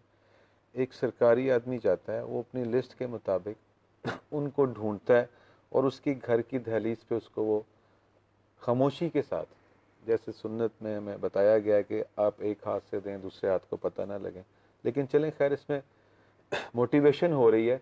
बट ये भी पहली दफ़ा पाकिस्तान में हुआ है ऐसे। इसमें ऐड क्या क्या हुआ है? एक कॉलर ले लें, एक कॉलर ले लें मियां साहब। आपने कहा कि ये बड़े अच्छे, और आपको भी नहीं पता कि आपके हल्के में किन किन लोगों के पास हुकूमत पहुंच रही, मतलब प्राइवेसी मेंटेन की है, जीरो इंटरफेरेंस। ये इससे मुराद यही है कि कोई अमल दखल नहीं है मुंतखब नुमाइंदों का, हुकूमत बराह रास्त पहुंच रही है लोगों के घरों तक।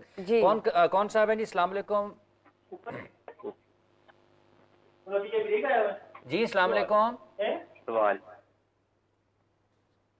अस्सलाम वालेकुम जी, कौन साहब है, कहाँ से? कॉल ड्रॉप हो गई। राब्ता मुनक़ता। अच्छा जी, मैं पूछ रही थी आपसे कि निगहबान प्रोजेक्ट में उस बैग में क्या क्या ऐड हुआ है? देखिए, वो एक जो उसमें आटा है, चीनी है, दाल है, चावल है, घी है, जो एक ज़रूरियात 6-7 चीज़ें जो बुनियादी ज़रूरियात। कितने अफराद एट अ टाइम? एक महीने का? मेरा ख्याल है कि एक जो फैमिली है वो उसको आप समझ लें कि वो 2 वीक्स का उसके लिए है। अच्छा, 2 वीक्स का है। आई थिंक सो, इतना है, क्योंकि मैंने आपको कहा कि खोल के भी नहीं हम देख सके, हमने देखा भी नहीं है और हमारा इंटरफेरेंस भी नहीं है।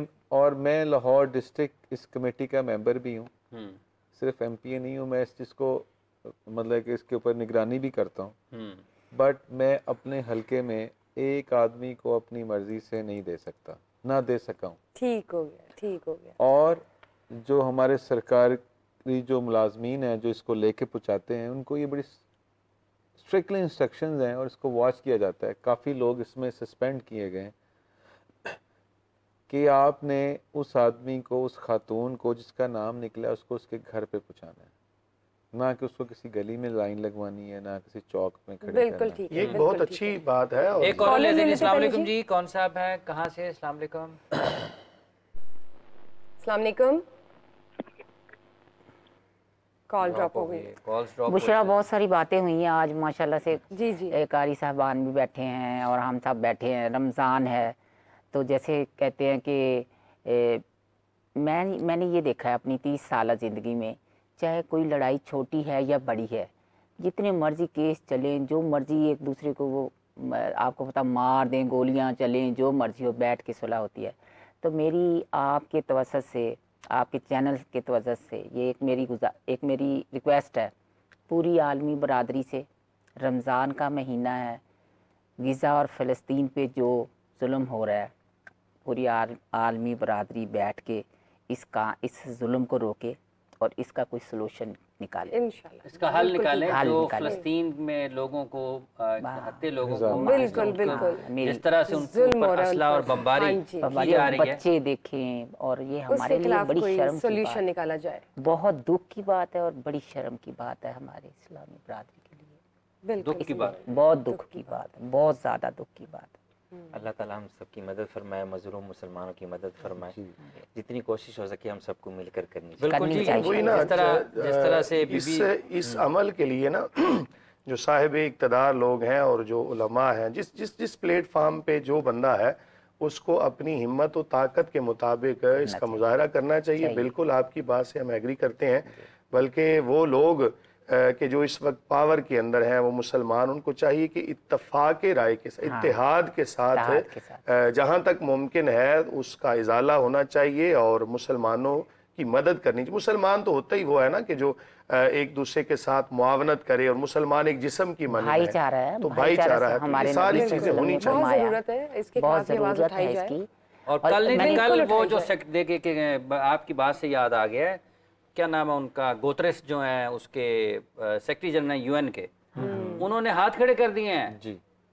गोतरेस साहब ने हाथ खड़े कर दिए, उन्होंने कहा जिसके पास इख्तियार है उससे कहें ये रोक ले। हम तो यूनाइटेड नेशंस ने जो अक़वाम मुत्तहिदा के सेक्रेटरी जनरल है, मेरे ख्याल है वही हैं, असल उन्होंने कहा जी कि जिसके पास इख्तियार है उनसे कहें रोके, ये हमारे बस की बात नहीं है। ये जो बीबी साहब अभी आपने, चूंकि हम रमज़ान में बैठे हैं, कताल वहाँ पे हो रहा है, कई महीने हो गए हैं, हज़ारों मुसलमान जो हैं, हज़ारों इंसान जो हैं वो शहीद हो रहे हैं। ठीक है जी।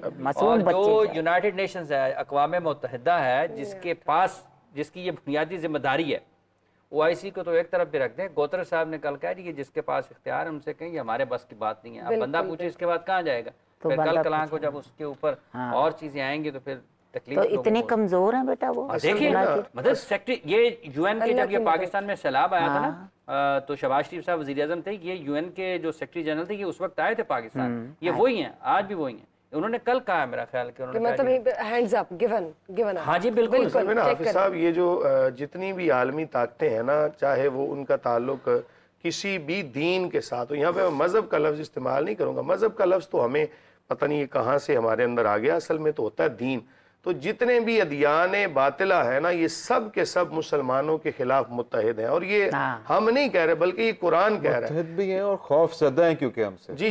वो असल में इस्लामोफोबिया जो है ना, उसकी वजह से उन्हें इस बात का खौफ है, और उन्हें पता है कि जिस दिन भी किसी बंदे ने सही मानों में इस्लाम का मुताला कर लिया तो यकीनी तौर पे वो मुसलमान हो जाएगा। और आज भी आप देखें कि इस्लाम का इतना हुस्न है, ऐन फितरत के मुताबिक ये दीन है कि कोई भी बंदा जब तासुब की ऐनक उतार के इस्लाम का मुताला करता है ना, तो यकीनी तौर पे वो कलिमा पढ़ के मुसलमान हो जाता है। उसकी कई मिसालें हमारे पास मौजूद हैं, चाहे वो किसी भी तबके के साथ ताल्लुक रखता है, चाहे वो चांद पे जाने वाला क्यों ना हो, जब वो वापस आता है अजान की आवाज़ सुनता है, कलिमा पढ़ के मुसलमान हो जाता है। ये सारी की सारी मिसालें हैं बात की हमारी दुआ है, हम दुआ दीन करते के हैं हक कि होने ये जुल्म सितम जो वो खत्म हो इंशाल्लाह, इंशाल्लाह, और एक अमन अमान की सूरत जो है वो कायम हो, हर जगह हमें भी तसल्ली हो, हमारे दिलों को भी सुकून हो कि वहाँ पे ये जो भी हो रहा है जुल्म सितम वो खत्म हो। उन्होंने कहा है, अंतोनियो गुतरस ने कहा है कि हमारे पास इख्तियार नहीं है, जो उनके अल्फाज हैं कि मैं आपको वो बता रहा हूँ बीबी जी, उन्होंने कहा है कि हमारे पास इख्तियार नहीं, जिनके पास है उनसे अपील है कि गज़ा की जंग रोकें।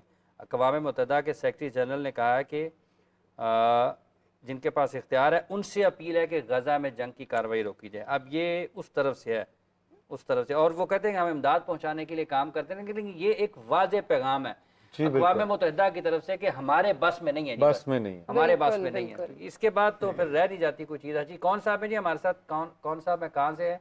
कॉल है जी, अस्सलाम वालेकुम। अच्छा जी, ड्रॉप हो गई है मुझे, कॉल है कॉल है जी। अस्सलाम वालेकुम जी, जी अस्सलाम वालेकुम। अस्सलाम वालेकुम। वालेकुम सलाम। अब आया ना जवाब? अब आया, हाँ जी जी, कौन बात कर रही है? जी सिस्टर, मैं तैयबा बात कर रही हूँ। जी कहिए तैयबा। आवाज़ नहीं आ रही है आपको? जी जी हम सुन रहे हैं तैयबा, आप बताइए क्या पूछना चाहती हैं? हेलो। जी जी आवाज़ आ रही है, आप फरमाइए। जी जी जी जी मैं तैयबा बात कर रही हूँ फैसलाबाद से। जी मैंने ये पूछना था मुफ्ती साहब जी कि मुझे हर वक्त ज़हनी परेशानी बेसुकूनी सी लगी रहती है। जिधर मैं अपने ससुराल में रहती हूँ, पहले मैं इधर बहुत खुश रहती थी, लेकिन अब तो मुझे बहुत ज़्यादा इधर टेंशन बनी हुई, ज़हनी बेसुकूनी सी, हर वक्त बेचैनी लगी रहती है। ससुराल में? जी आप अपने ससुराल में? हाँ जी उधर। अच्छा, इतनी बेचैनी और बेसुकूनी है, ठीक है जी, बहुत शुक्रिया। बहुत शुक्रिया जी। कारी साहब को वजीफ़ा है यकीनी तौर पर पूछना चाहती हैं कि ज़हनी बेसुकूनी है, बेचैनी है, इज़्तिराब की कैफियत है, ससुराल में है। उसके लिए आम तौर पे हम जो वजीफ़ा बताते हैं मोहब्बत पैदा करने के लिए, ठीक है, तो बहुत ही आसान वजीफ़ा है। कुरान पाक की आयत है, व अलक़ैतु अलैका महब्बतम मिन्नी वलितुस्ना अला ऐनी, सूरह ताहा की आयत का एक टुकड़ा है। व अलक़ैतु अलैका महब्बतम मिन्नी वलितुस्ना अला ऐनी। आप इसको बार बार सुन लीजिएगा, याद हो जाएगा। इसको 21 मरतबा पढ़कर आपने किसी भी मीठी चीज़ पर दम करके और घर वालों को चाय में या खाने में जैसे भी वो मुमकिन हो आसानी से खुफिया रख कर इसको आप खिला लें। इंशाल्लाह मोहब्बत पैदा होगी, नफ़रत नहीं फैलानी हमने, उससे उनके दिलों में मोहब्बत पैदा हो जाएगी, तो आपकी डिप्रेशन, ये खौफ, ये सब कुछ इंशाल्लाह ख़त्म हो जाएगा। आप ख़ुद महसूस करेंगी कि अब माहौल बदल गया है, मोहब्बत ही मैं थोड़ी सी इस पे बात करना चाहता हूँ। इतना मेरा इल्म नहीं है, लेकिन मेरी सोच थोड़ी इसमें से चेंज है। जी हम क्यों नहीं इन बच्चियों को ये समझाते कि उन्होंने भी किसी दिन जो है ससुराल बनना है, एक दिन उन्होंने भी तो सास बनना है। जी, अगर हम उनको इस चीज़ पे तालीम दें तो मेरा ख्याल है कि बड़ी बेहतरी आएगी। और एक वो हंसी वाली बात ही है, कहते हैं कि वो तावीज़, एक पीर साहब के पास एक खातून गई, उसने कहा कि जी वो बड़ा, उन्होंने कहा एक तावीज़ दांत मुंह में रख ले तो वो फिर घर में खुशहाली आ गई। अच्छा ये तावीज़ बहू के लिए, सास के लिए नहीं है? एक और बात है, सास के लिए देखिए बात है, जब ये इमरान साहब ये कह रहे हैं कि आपने भी कभी सास बनना है, आप क्यों मुस्कुराते हैं? हाँ जी आप बताएं। इमरान ना बहुत इस मामले में, हालांकि बहुत इतना सॉफ्ट है, लेकिन इमरान ये जो लड़कियां इस तरह करती हैं उनके बहुत खिलाफ है, इसलिए मैं हंस रही हूँ। लेकिन अगर तो लड़की वाकई मजलूम हो और सास वाकई वो कहते हैं गब्बर सिंह टाइप हो, जो बच्चियां होती हैं उनका ऑब्वियसली साथ देना चाहिए, लेकिन एक जो माँ होती है और एक जो बाप होता है, उसने एक बच्चा उस छोटा सा होता है, उसको पालते हैं, पोसते हैं, बड़ा करते हैं, और फिर उसकी शादी हो जाती है, फिर एक उसकी बीवी आती है, या एक बेटी जो है वो कहीं बहू बन के चले जाती है। तो उसको, दोनों को ये सोचना चाहिए, बैलेंस होना चाहिए। आप ये देखें कि एक, आप जिस तरह अब मैं हूँ, अब मैंने अपनी वालदा के साथ बचपन से गुजारा, और एक अगर मेरी बीवी आ जाती है, मेरे बच्चे हैं, तो वो ये मेरी जो 30 साल या 20 साल की जो इनके साथ एक मोहब्बत है, उसको एकदम से तो नहीं ख़त्म किया जाता। तो ये कोशिश क्यों करनी है कि इस मोहब्बत को कम किया जाए? ये कोशिश क्यों नहीं की जाती कि हम भी इस मोहब्बत का हिस्सा बने? हमारे में भी आने वाले वक्त के बाद उस बेटी को भी ये पता होना चाहिए, उस बीवी को, कि जब मैंने भी, ये मेरे बच्चे हैं, मैंने भी सास बनना है, तो फिर ये जो मेरा बेटा है ये मेरे से ज्यादा जो मेरी मोहब्बत मुझे देगा और बीवी की नहीं, आप बिल्कुल ठीक बात करें, नियत अच्छी आपने बड़ा अच्छा कमेंट किया। बिल्कुल ऐसा होना चाहिए। हर बेटी जो किसी के घर में जाती है ना, उसको ये सोचना चाहिए कि मैं अब जिस फैमिली का हिस्सा बनने जा रही हूँ, अब मेरा ताल्लुक इनके साथ है, दूसरों के साथ मेरा ताल्लुक उतना नहीं रहा। इसका मतलब हरगिज ये नहीं कि माँ बाप से ताल्लुक कट गया। अब चूंकि एक नए खानदान में आती है तो दूसरों को भी चाहिए कि उसको एडजस्ट होने का एक मौका दे। तो पहली इसका मतलब ये नहीं कि आते ही उसके ऊपर जिम्मेदारी। अच्छा, ये भी एक एडजस्ट होने का मौका दे। यहाँ पे आपने सही बात की है। ये जो ना ज़हनी सुकून की बात हो रही थी ना साहब, मेरे ख्याल में ना वो बच्ची, उसका मसला शायद ये हो कि मुझे जहाँ पर मैं रह रही हूँ तो मुझे ज़हनी सुकून नहीं है। तो मैं इस हवाले से बता दूं कि सुकून जो होता है ना इंसान के, जो एक कल्बी सुकून है, अला बिज़िक्रिल्लाह तत्मइन्नुल कुलूब, तो अला बिज़िक्रिल्लाह तत्मइन्नुल कुलूब, तो वो जो दिलों को सुकून मिलता है ना, वो अल्लाह के जिक्र से। इंसान के अंदर ना दो चीजें हैं, ये बड़ी क्लियरली बात है, ये आप भी इसको शायद इससे लुत्फ अंदोज हो। इंसान के अंदर कितनी चीजें जी? दो। एक है इसका जिस्म और दूसरा है इसकी रूह। अब जिस्म किससे मुरक्कब है ये देखने की जरूरत है। हमारी पूरी दुनिया, साइंस कहती है कि ये आग, पानी, मिट्टी और हवा का मुरक्कब है, और इंसान का जिस्म भी आग, पानी, मिट्टी और हवा का मुरक्कब है। जब ये बीमार होता है ना इंसान का जिस्म, तो इसको दवा के लिए वही चीज़ें दरकार होती हैं। अगर इसके जिस्म के अंदर आयरन की कमी हो तो डॉक्टर इसको कहता है कि आप जनाब आयरन इस्तेमाल करें। आग, पानी, मिट्टी, हवा से ही सारी चीज़ें बनी है ना, तो इसकी दवा भी, चूंकि जिस्म का ताल्लुक ज़मीन से है, तो इसकी दवा भी ज़मीन से तजवीज़ की जाती है। तो रूह के बारे में जब हमने सवाल किया तो कुरान कहता है यसअलूनका अनिर रूह कुलिर रूह मिन अमरि रब्बी वमा ऊतीतुम मिनल इल्मि इल्ला कलीला, कि आपसे रूह के बारे में सवाल करते हैं, आप फरमाइए कि रूह मेरे रब का अमर है। तो जब रूह को एक कमजोरी लाहक होती है ना, तो जब ये बीमार होती है तो इसका ताल्लुक चूंकि अल्लाह ताला की जात से है, तो इसकी दवा भी वहां से आई। बिल्कुल, तो इसलिए अगर आप परेशान हैं तो आप अल्लाह का जिक्र करें, नमाज के अंदर दिल लगाएं, अल्लाह ताला की बारगाह में आप गिड़गिड़ाएं, आंसू बहाएं। उम्मीद करते हैं कि आपके जहन को, आपकी रूह को जब तकवीयत मिलेगी ना, तो आपको एक कल्बी सुकून मुयस्सर है। बात ससुराल वाले अपने बच्चियों को तंग भी तो करते हैं, ज़हनी टॉर्चर करते हैं, जब कोई हल उनको नहीं मिलता फिर रब के दुआएं करती हैं, फिर दुआएं करती हैं।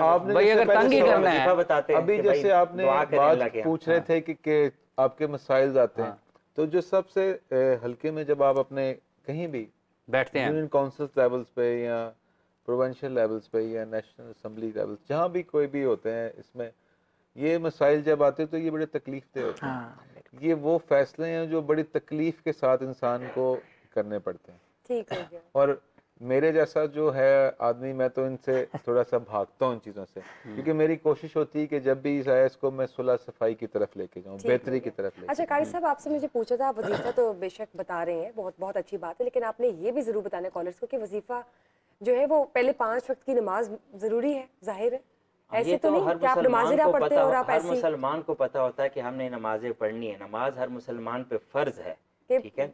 और जो दुआएं होती हैं, जिक्र अज़कार होती हैं, ये नमाज के बाद होती हैं। बिल्कुल, ये बात है पहले नमाज है, उसके बाद दुआएं। ये जो वजीफा भी बताते हैं बतौर दुआ होता है। हाँ जी। तो अल्लाह ताला के कलाम की आयत पढ़ना, उसकी बरकत हासिल करना, उससे लोगों में मोहब्बत पैदा हो जाए, तो और क्या चाहिए। लेकिन ऐसा ना हो कि आप नमाज़ें ना पढ़ते हो, वजीफे पे कुरानी व रहमतुल लिल मुमिनीन, ये रहमत ही रहमत मोमिनीन के लिए, इससे मोहब्बतें भी इंशाल्लाह पैदा होंगी।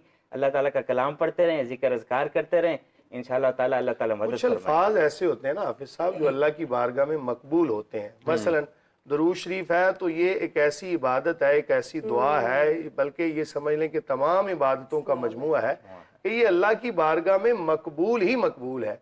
तो नबी करीम सल्लल्लाहु अलैहि वसल्लम ने फरमाया, जिसका मफहूम है कि जब तुम्हारी कोई दुआ कबूल ना हो रही हो तो तुम ये करो कि शुरू में भी दुरूद पढ़ो, आखिर में भी दुरूद पढ़ो, दरमियान में अपनी दुआ रखो। अब मैं ये बिला तमसील मिसाल एक देता हूँ मसला समझाने के लिए कि दुरूद तो अल्लाह की बारगाह में पहुंचेगा यकीनी तौर पर। अब ऊपर भी दुरूद है, नीचे भी, दरमियान में जो हमारी एक अर्जी है ना ये इसकी बरकत से ना दुआ भी चली जाएगी। तो ये भी अल्लाह की बारगाह में पेश हो जाएगी। इसलिए नबी करीम सल्लल्लाहु अलैहि वसल्लम ने उस बंदे को देखा कि जो मस्जिद में दुआ मांग रहा था, सबसे पहले उसने अल्लाह की हम्दो सना की, उसके बाद नबी करीम सल्लल्लाहु अलैहि वसल्लम पर दुरूद पढ़ा, फिर अपनी हाजत पेश की, आखिर में फिर दुरूद पढ़ा। तो रसूलुल्लाह सल्लल्लाहु अलैहि वसल्लम ने फरमाया जो इसने मांगा इसको मिल गया। यानी ये दुआ का तरीका सिखाया जाता है। हर चीज का एक तरीकाकार है, तरीकाकार उसके साथ चलना चाहिए का भी एक तरीकाकार है, वो आपने हमेशा पूरा करना है। यही से हम लेते हैं एक छोटी सी ऐसे ब्रेक, और तब तक आप देखिए समा किचन में मीरब ने आज क्या पकाया और क्या पकाने का इरादा है मीरब का। तो चलिए आइए देखते हैं मीरब की आज की फेवरेट रेसिपी इन समा किचन। लेकिन तब तक हमें दीजिए ऐसे ब्रेक। और आप दोनों का बतौर खास बहुत बहुत शुक्रिया बीबी साहब आपका, मियां इमरान साहब आप तशरीफ लाए, आपका बहुत शुक्रिया। तो मीरब बहुत अच्छा लगा आपसे मिलकर, बहुत बहुत शुक्रिया, बहुत कुछ हमने सीखा भी आपसे कि देखे ना एक ही फैमिली के माशाल्लाह माँ बेटा और पॉलिटिशियंस और एमपी है, तो फिर बात कहाँ से कहाँ चली जाती है, और वो भी पाकिस्तान की बेहतरी की। थैंक यू जी, मिलते हैं अभी छोटी सी ब्रेक के बाद। स्टे ट्यून्ड, और इसके बाद देखिए इंशाल्लाह कि हमारे साथ और कौन से कहाँ से मान हमें ज्वाइन कर रहे हैं।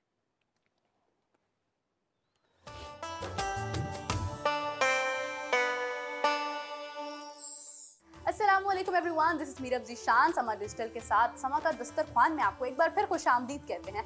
नाजरीन, जैसे जैसे रमज़ान आगे बढ़े हैं, यकीनन आप लोग समोसे, पकौड़े, दही भल्ले, फ्रूट चाट खा खा कर थोड़े से तंग आ गए होंगे। तो मैंने सोचा क्यों ना आज आपके साथ थोड़ी डिफरेंट सी रेसिपी जो है वो शेयर की जाए। मैं शेफ़ साहब की तरफ बढ़ी और मैंने पूछा कि शेफ़ साहब आज कुछ ऐसी चीज़ बताएं जो थोड़ी हट करो।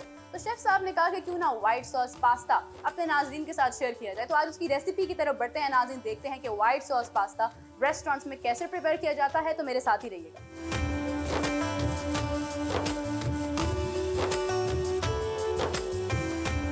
जी नाज़रीन, तो हम लोग मौका फेज 6 के किचन में मौजूद हैं। शेफ तारिक मेरे साथ खड़े हैं और आज हम लोग आपकी कहने पर आपकी फेवरेट डिश जो है यानी कि व्हाइट सॉस पास्ता तैयार करने जा रहे हैं। हमारे पास बॉइल्ड फेटुचीनी पास्ता है, हमारे पास मोज़रेला चीज़ है, हमारे पास स्पाइसेस हैं, और नाज़रीन हमारे पास चिकन है जिसके ऊपर हम लोग ये सारी चीज़ें अभी फिलहाल स्पाइसेस अप्लाई करने जा रहे हैं। शेफ साहब प्लीज बताइए। हम चिकन मैरिनेशन करेंगे। ठीक है,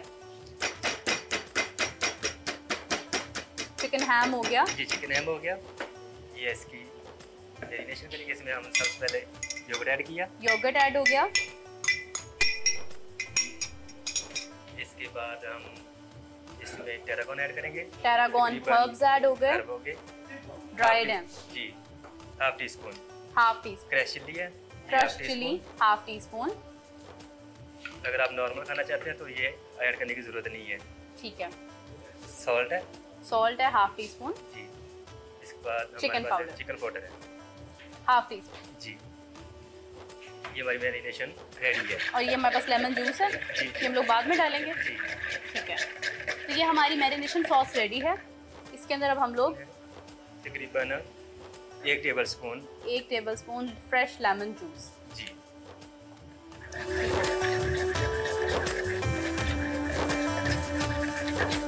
ये हमारी, अगर आप इसको सेव करना चाहते हैं तो इसमें आप ऑयल इस्तेमाल करेंगे, यानी कि हम इसको फिर नेक्स्ट डे यूज़ कर सकते हैं। जी नेक्स्ट डे यूज़ बिल्कुल कर ठीक सकते है। हैं। अगर आप चाहते हैं कि आप सॉस रात को बना लें और इफ्तारी के टाइम पर आप बस इसको डायरेक्टली मैरिनेट कर रहे हैं तो आप इसमें ऑयल यूज़ कर सकते हैं। चिकन को मैरिनेट करने के बाद भी हम इसको रात ओवरनाइट रख सकते हैं। ऑयल इसमें ऐड नहीं किया क्योंकि हमने इसको फ्रेश अभी कुक करना है। जी अभी कुक करना है। बिल्कुल ठीक है। तो ये हमारा चिकन जो है वो मैरिनेट हो गया है। इसको कितनी देर तक मैरिनेट कर सकते हैं? तकरीबन हम 2-3 मिनट का स्टे देंगे इसको। 2 to 3 मिनट्स का स्टे है। स्टे के बाद हम लोग इसको कुक करेंगे ग्रिल पैन में और फिर आपको दिखाते हैं कि इसकी शक्ल कुछ किस तरह की होगी। जी नाजरीन, तो हमारा चिकन जो है वो ग्रिल हो चुका है और शेफ साहब जो हैं यानी शेफ तारिक चिकन को हमारे पास लेकर आ रहे हैं। ये हमारी चिकन स्टेक जो है वो रेडी है और इसको हमने यहाँ पर सर्व कर दिया और अब हम इसकी कटिंग करेंगे। जी कटिंग करेंगे। अभी कर लेंगे या हम लोग इसको कुक करने वक्त? कुक करने वक्त। ठीक है, कुक करते टाइम हम लोग इसकी कटिंग करेंगे। आपको बताएंगे किस तरह से हम इसके स्लाइसेस कट करेंगे, किस शेप में, किस साइज़ में करेंगे। तो मेरे साथ ही रहिएगा, हम इसकी कुकिंग की तरफ बस जाने ही वाले हैं। So everyone, now it's time to cook the pasta. White sauce pasta हम तैयार करने जा रहे हैं। सबसे पहले हम लोग ऑयल ऐड करने वाले हैं। पैन हमारा गर्म है। शेफ साहब हमें इंस्ट्रक्शंस देने लगे कि अब क्या करना चाहिए। पहले थोड़ा सा हल्का सा ऑयल लिया, ऑयल ले लिया। बिल्कुल ठीक है, बिल्कुल थोड़ा सा, ये तो बिल्कुल 1 टीस्पून है। ठीक है, इसमें हमने थोड़ा सा गार्लिक लिया, तकरीबन 1 टीस्पून गार्लिक ऐड हो गया। बिल्कुल ठीक है, इसको हल्का ब्राउन करना है। ठीक है,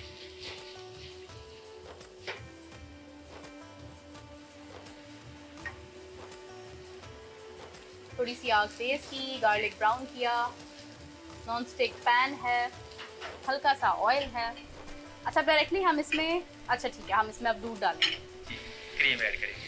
कुकिंग क्रीम है हमारे पास। ठीक है नाज़रीन, कुकिंग क्रीम जिसका मैंने मेरे ख्याल से कुछ दिन पहले भी जिक्र किया था, ये यूज़ करते हैं रेस्टोरेंट्स वाले।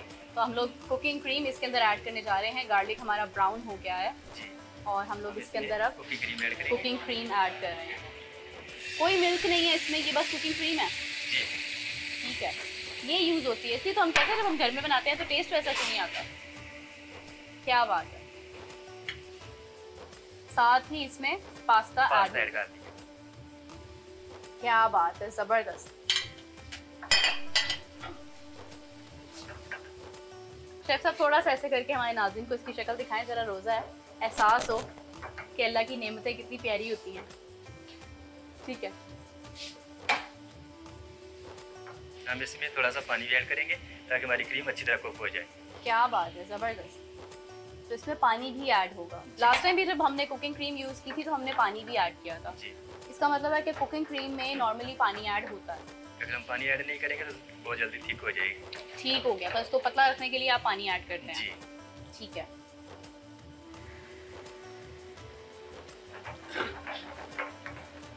हम इसमें टेस्ट ऐड करेंगे। ठीक है, हमारे पास है chicken powder half tea spoon. ठीक हो गया, और इसमें थोड़े से हम वाइट पेपर ऐड करेंगे। वाइट पेपर जी, हस्बे ज़रूरत। हस्बे ज़रूरत। आप ब्लैक पेपर भी ऐड कर सकते हैं। ठीक है, लेकिन वाइट सॉस पास्ता है तो मैं प्रेफर करूंगी कि आप वाइट पेपर यूज़ करें। वाइट पेपर यूज़ करें। ठीक है, तो ये इसमें टेस्ट ऐड हो गया, यानी स्पाइसेस ऐड हो गए। रेस्टोरेंट लैंग्वेज में मिर्च मसालों को टेस्ट बोला जाता है। चिकन ऐड करेंगे। ठीक है, इसमें डायरेक्टली चिकन जो हमने इस तरह से कट किया है, आप देख सकते हैं इसके बारीक बारीक स्लाइसेस हमने कट किए हैं।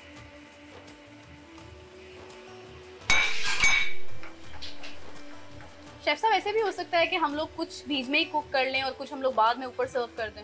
जी, ऐसे भी हो सकता है। ठीक है, अगर आप थोड़ा सा स्पेशल करना चाहते हैं तो आप इसमें चीज़ ऐड कर सकते हैं। मेरे पास मोज़रेला चीज़ है, आप चेडर इस्तेमाल कर सकते हैं। ठीक है, लेकिन हम मोज़रेला ही करें। जी, वैसे मोज़रेला और चेडर दोनों यूज़ करनी चाहिए। मोज़रेला से लेयर्स आती हैं और चेडर से टेस्ट आता है। तो इसमें चीज़ ऐड हो गई और ये बहुत मज़े का पास्ता बन रहा है। क्या बात है।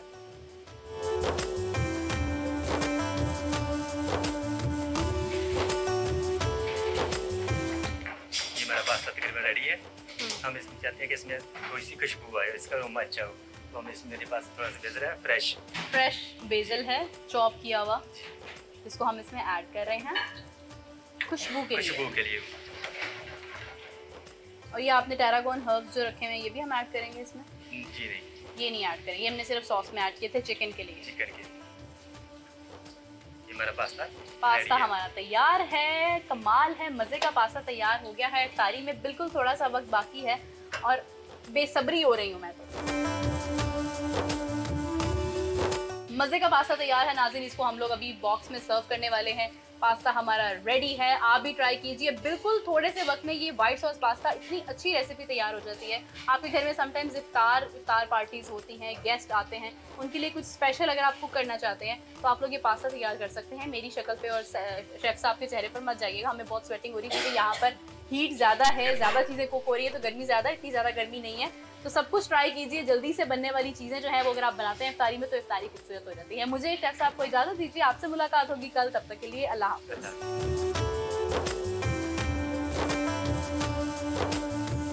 वेलकम बैक टू रमज़ान का समा। और हमें ज्वाइन किया है शेर मियाँ दाद ने, जो कि मशहूर पाकिस्तानी कवाल है। तो इनसे सुनते हैं नातिया कलाम। सबसे पहले तो शेर भाई आपको खुश आमदीद रमज़ान का समा में। आपका बहुत बहुत शुक्रिया, आपने अपना वक्त दिया। बिल्कुल बिल्कुल, आपने मुझे याद किया और मैं माय प्लेजर, मैं इधर आया हूँ। आप सबको माह रमज़ान मुबारक, हमारे देखने वाले को भी माह रमज़ान मुबारक हो। तो कैसा चल रहा है रमज़ान मुबारक? अल्हम्दुलिल्लाह, अल्लाह का शुक्र अदा करता हूँ। और हर वो बंदा अल्लाह का शुक्र अदा करे जिसकी ज़िंदगी में माह रमज़ान आए। बिल्कुल, क्योंकि ये अल्लाह पाक खुद फरमा रहे कि आओ मैं माफ़ी दे रहा हूँ, तो फिर महरूम रह जाना तो फिर तो बदकिस्मती इंसान की। तो मैं ये कहता हूँ कि बस अल्लाह पाक वो खुश नसीब लोग हैं जिनकी ज़िंदगी में जिसकी सांसें चल रही हैं और माह रमज़ान आ गया और माफ़ी का वक्त आ गया, अपने रब से माफ़ी मांगे सर्वसजूद होके। आपने माशाल्लाह प्राइड ऑफ परफॉर्मेंस हासिल किया पिछले साल, ज़रा कैसा एक्सपीरियंस था, कैसी फीलिंग्स थी, वो तो ज़रा हमारे से शेयर कीजिए। देखिए ये आदमी का एक ड्रीम होता है, मेरा भी था कि या अल्लाह मुझे प्राइड ऑफ परफॉर्मेंस मिले, लेकिन उसके लिए मेहनत करना बहुत ज़रूरी है। तो जिस तरह हमारे बुज़ुर्ग कवाली से मुंसलिक है 650 साल से तकरीबन, हज़रत अमीर खुसरो रहमतुल्लाह अलैह के दौर से ही तो चलते आए हैं बुज़ुर्गों से ये कवाली का सिलसिला। तो यही था कि उस वक़्त अलकाब होते थे जब ये पार्टीशन नहीं हुई थी, पाकिस्तान हिंदुस्तान से सरा एक ही था। तो उसके बाद फिर जब पाकिस्तान बना तो फिर ये सदारती अवार्ड शुरू हो गए। तो इसके पीछे मेहनत जो वो बहुत लाजम होती है, तो वो बड़ी मेहनत की मेरे बुज़ुर्गों ने, मेरे दादा परदादा, मेरे वालिद साहब उस्ताद मियाँ दाद ख़ान, दादा अहमदुद्दीन ख़ान साहब, परदादा बाब मिस्री ख़ान साहब, इस तरह मौला बख्श खान, मौला दाद ख़ान, फ़तेह अली ख़ान, मुबारक अली ख़ान, नुसरत फ़तेह अली ख़ान, राहत फ़तेह अली ख़ान, हम एक ही दादा की औलाद हैं। तो वो पूरा एक हाउस ऑफ ट्री जो पीछे है काम करने वाला, तो वो कवाली की खिदमत की और इसलिए फिर पिछले साल अल्लाह ने मुझे फ़न कवाली में प्राइड ऑफ परफॉर्मेंस से नवाजा। मैं अपने रब का बहुत बहुत शुक्र अदा करता हूं। शेर मियां दादा खान साहब, ये जो आपने अभी शजरा नसब बताया, अपनी पूरी जो फैमिली ट्री बना आपका, जब आप बैठते हैं, खाली बैठे हो तो लगता सोचते हैं कि यार वाकई जो मेरे ज़िम्मे था ख़ानदानी विरासत का, उन किसी हद तक तो मैंने निभाया उसको। किसी हद तक तो कह सकते हैं। अभी तो समझ लें कि आज भी मैं स्ट्रगल में हूँ। अच्छा, कि शुरू से, और कभी भी बंदा हमारे ख़ानदान कंप्लीट नहीं अपने आप को समझता है। अच्छा, कहते काम करना है करना है करना है, जब तक ज़िंदगी है अल्लाह और अल्लाह के रसूल पाक सल्लल्लाहु अलैहि वसल्लम की सना करनी है और दुआ करें ये अल्लाह ज़िंदगी अता करे और ये करते जाएं। और इसमें नए नए, जिस तरह आपको पता दौर भी चेंज होता है, जब दौर चेंज हुआ तो हमारे ख़ानदान ने उसी वक्त उस में दौड़ में शामिल हुए।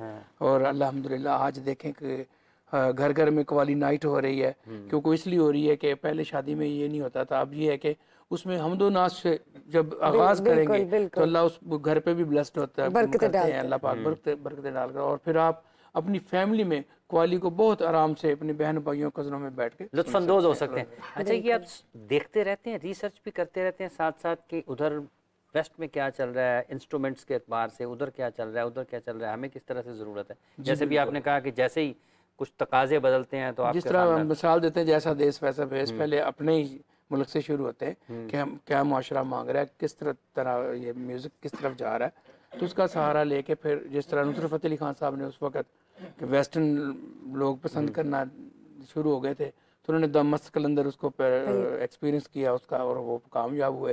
क्योंकि लफ्ज़ तो वही हैं जो आपको पता है, शायरी है वो, मौला की ये मनाकब है, मनाजात हैं, या कसीदा है, या नाते रसूल पाक सल्लल्लाहु अलैहि वसल्लम, या आप देखें अल्लाहु अल्लाहु, वो कितना लोगों ने उसको, हमारे नेबर जो कंट्री है उसने भी अपनी फिल्मों में उसको कॉपी किया, उसकी कंपोजिशनों को, बल्कि लफ्ज़ों को भी।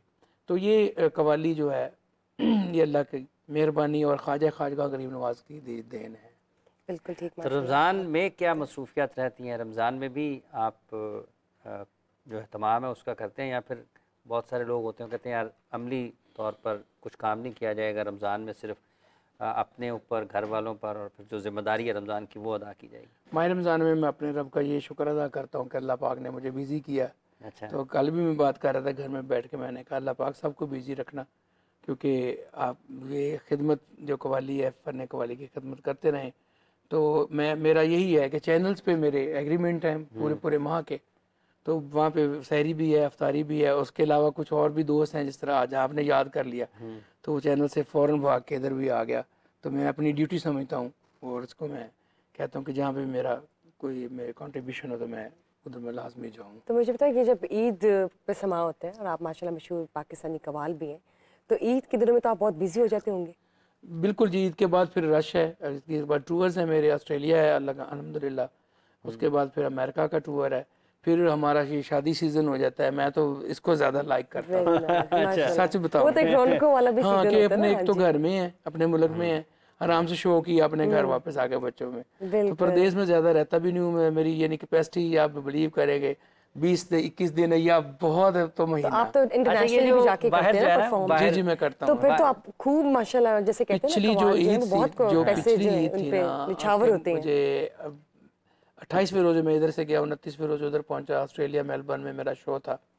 तो वहाँ पे तो लेकिन वो ईद पहले भी एक गुजरी नॉर्वे में मेरी, लेकिन आज इस दफ़ा यही फैसला किया कि कितनी आप पाकिस्तान से बाहर जो है, पाकिस्तान से बाहर जो हैं, जो आपके सामीन हैं, पाकिस्तान में तो लोग सुनते हैं, पाकिस्तान से बाहर किन मुल्कों में आपके ख्याल में जो सुनने वाले हैं वो ज़्यादा इंगेज होते हैं? जहाँ जहाँ पे हमारे इंडियन या पाकिस्तानी है ना, उनके लिए ईद उस वक्त होती है जब कोई आर्टिस्ट उधर चला जाता है। अच्छा, क्योंकि उन्होंने तो अपने काम होता है, उसके साल बाद 2 साल बाद कोई आर्टिस्ट आता है, तो हम तो पाकिस्तान में रोज ही सुनते हैं, कहीं उनके लिए नई बात होती है, उनके लिए नहीं होता है कि साल बाद सुनना है, तो बड़े शौक से आते हैं। और हर एवरी कंट्री में ये होता है कि लोग बहुत दर जोक आते हैं और सुनते हैं। तो यहाँ पे आपको ज्यादा पे किया जाता है? हर जगह पे देखिए, जब भी इंसान जाता है तो अपनी वो पे मुकर्रर करके जाता है। तो कितनी अमूमन आप एक शो की कितनी वो लेते हैं फीस या पे होती है जो? जी काफी। थोड़ा सा जरा आइडिया दें। और टैक्स कितना देते हैं? टैक्स भी देते होंगे? देखिए, मैं आलिलान टैक्स देता हूँ, तो मैं इसलिए कह रहा हूँ कि लेता हूँ, टैक्स चोर नहीं हूँ, मैं टैक्स पेड हूँ। और NTN मेरा बना हुआ नंबर, मैं खुद जून जुलाई के एंड पे मैं खुद फ़ोन करता हूँ, अपने गोशवारे जमा करवाता हूँ, और जो मैंने खरीदो फरोख्त की होती है जो भी उसका सारा रिकॉर्ड मैं देता हूँ। तो चलिए अपनी प्यारी सी आवाज में जी मैं आप नाते कलाम पेश करें। खान साहब, मेरे लिए ये बात की बात है, अपने आका को याद करते हैं। जी जी, बिस्मिल्लाहिर्रहमानिर्रहीम,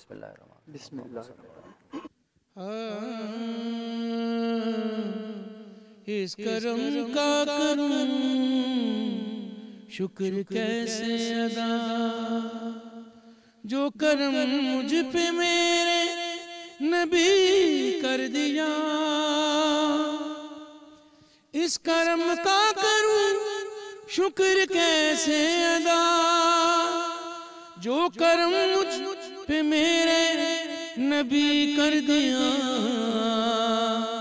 मैं सजाता था सरकार की महफिल, मुझको हर गम से रब ने बरी कर दिया। सैयदी या रसूल अल्लाह, सैयदी या हबीब अल्लाह। जिक्र सरकार की है बड़ी बरकतें, मिल गई राहत अज़मत रिफ़तें। मैं गुनाहगार था, बेअमल था, मगर मुस्तफा ने मुझे जन्नती कर दिया। इस करम का करूं शुक्र कैसे अदा। लम्हा लम्हा मुझ पे नबी की अता, दोस्तों मांगू मैं अल्लाह से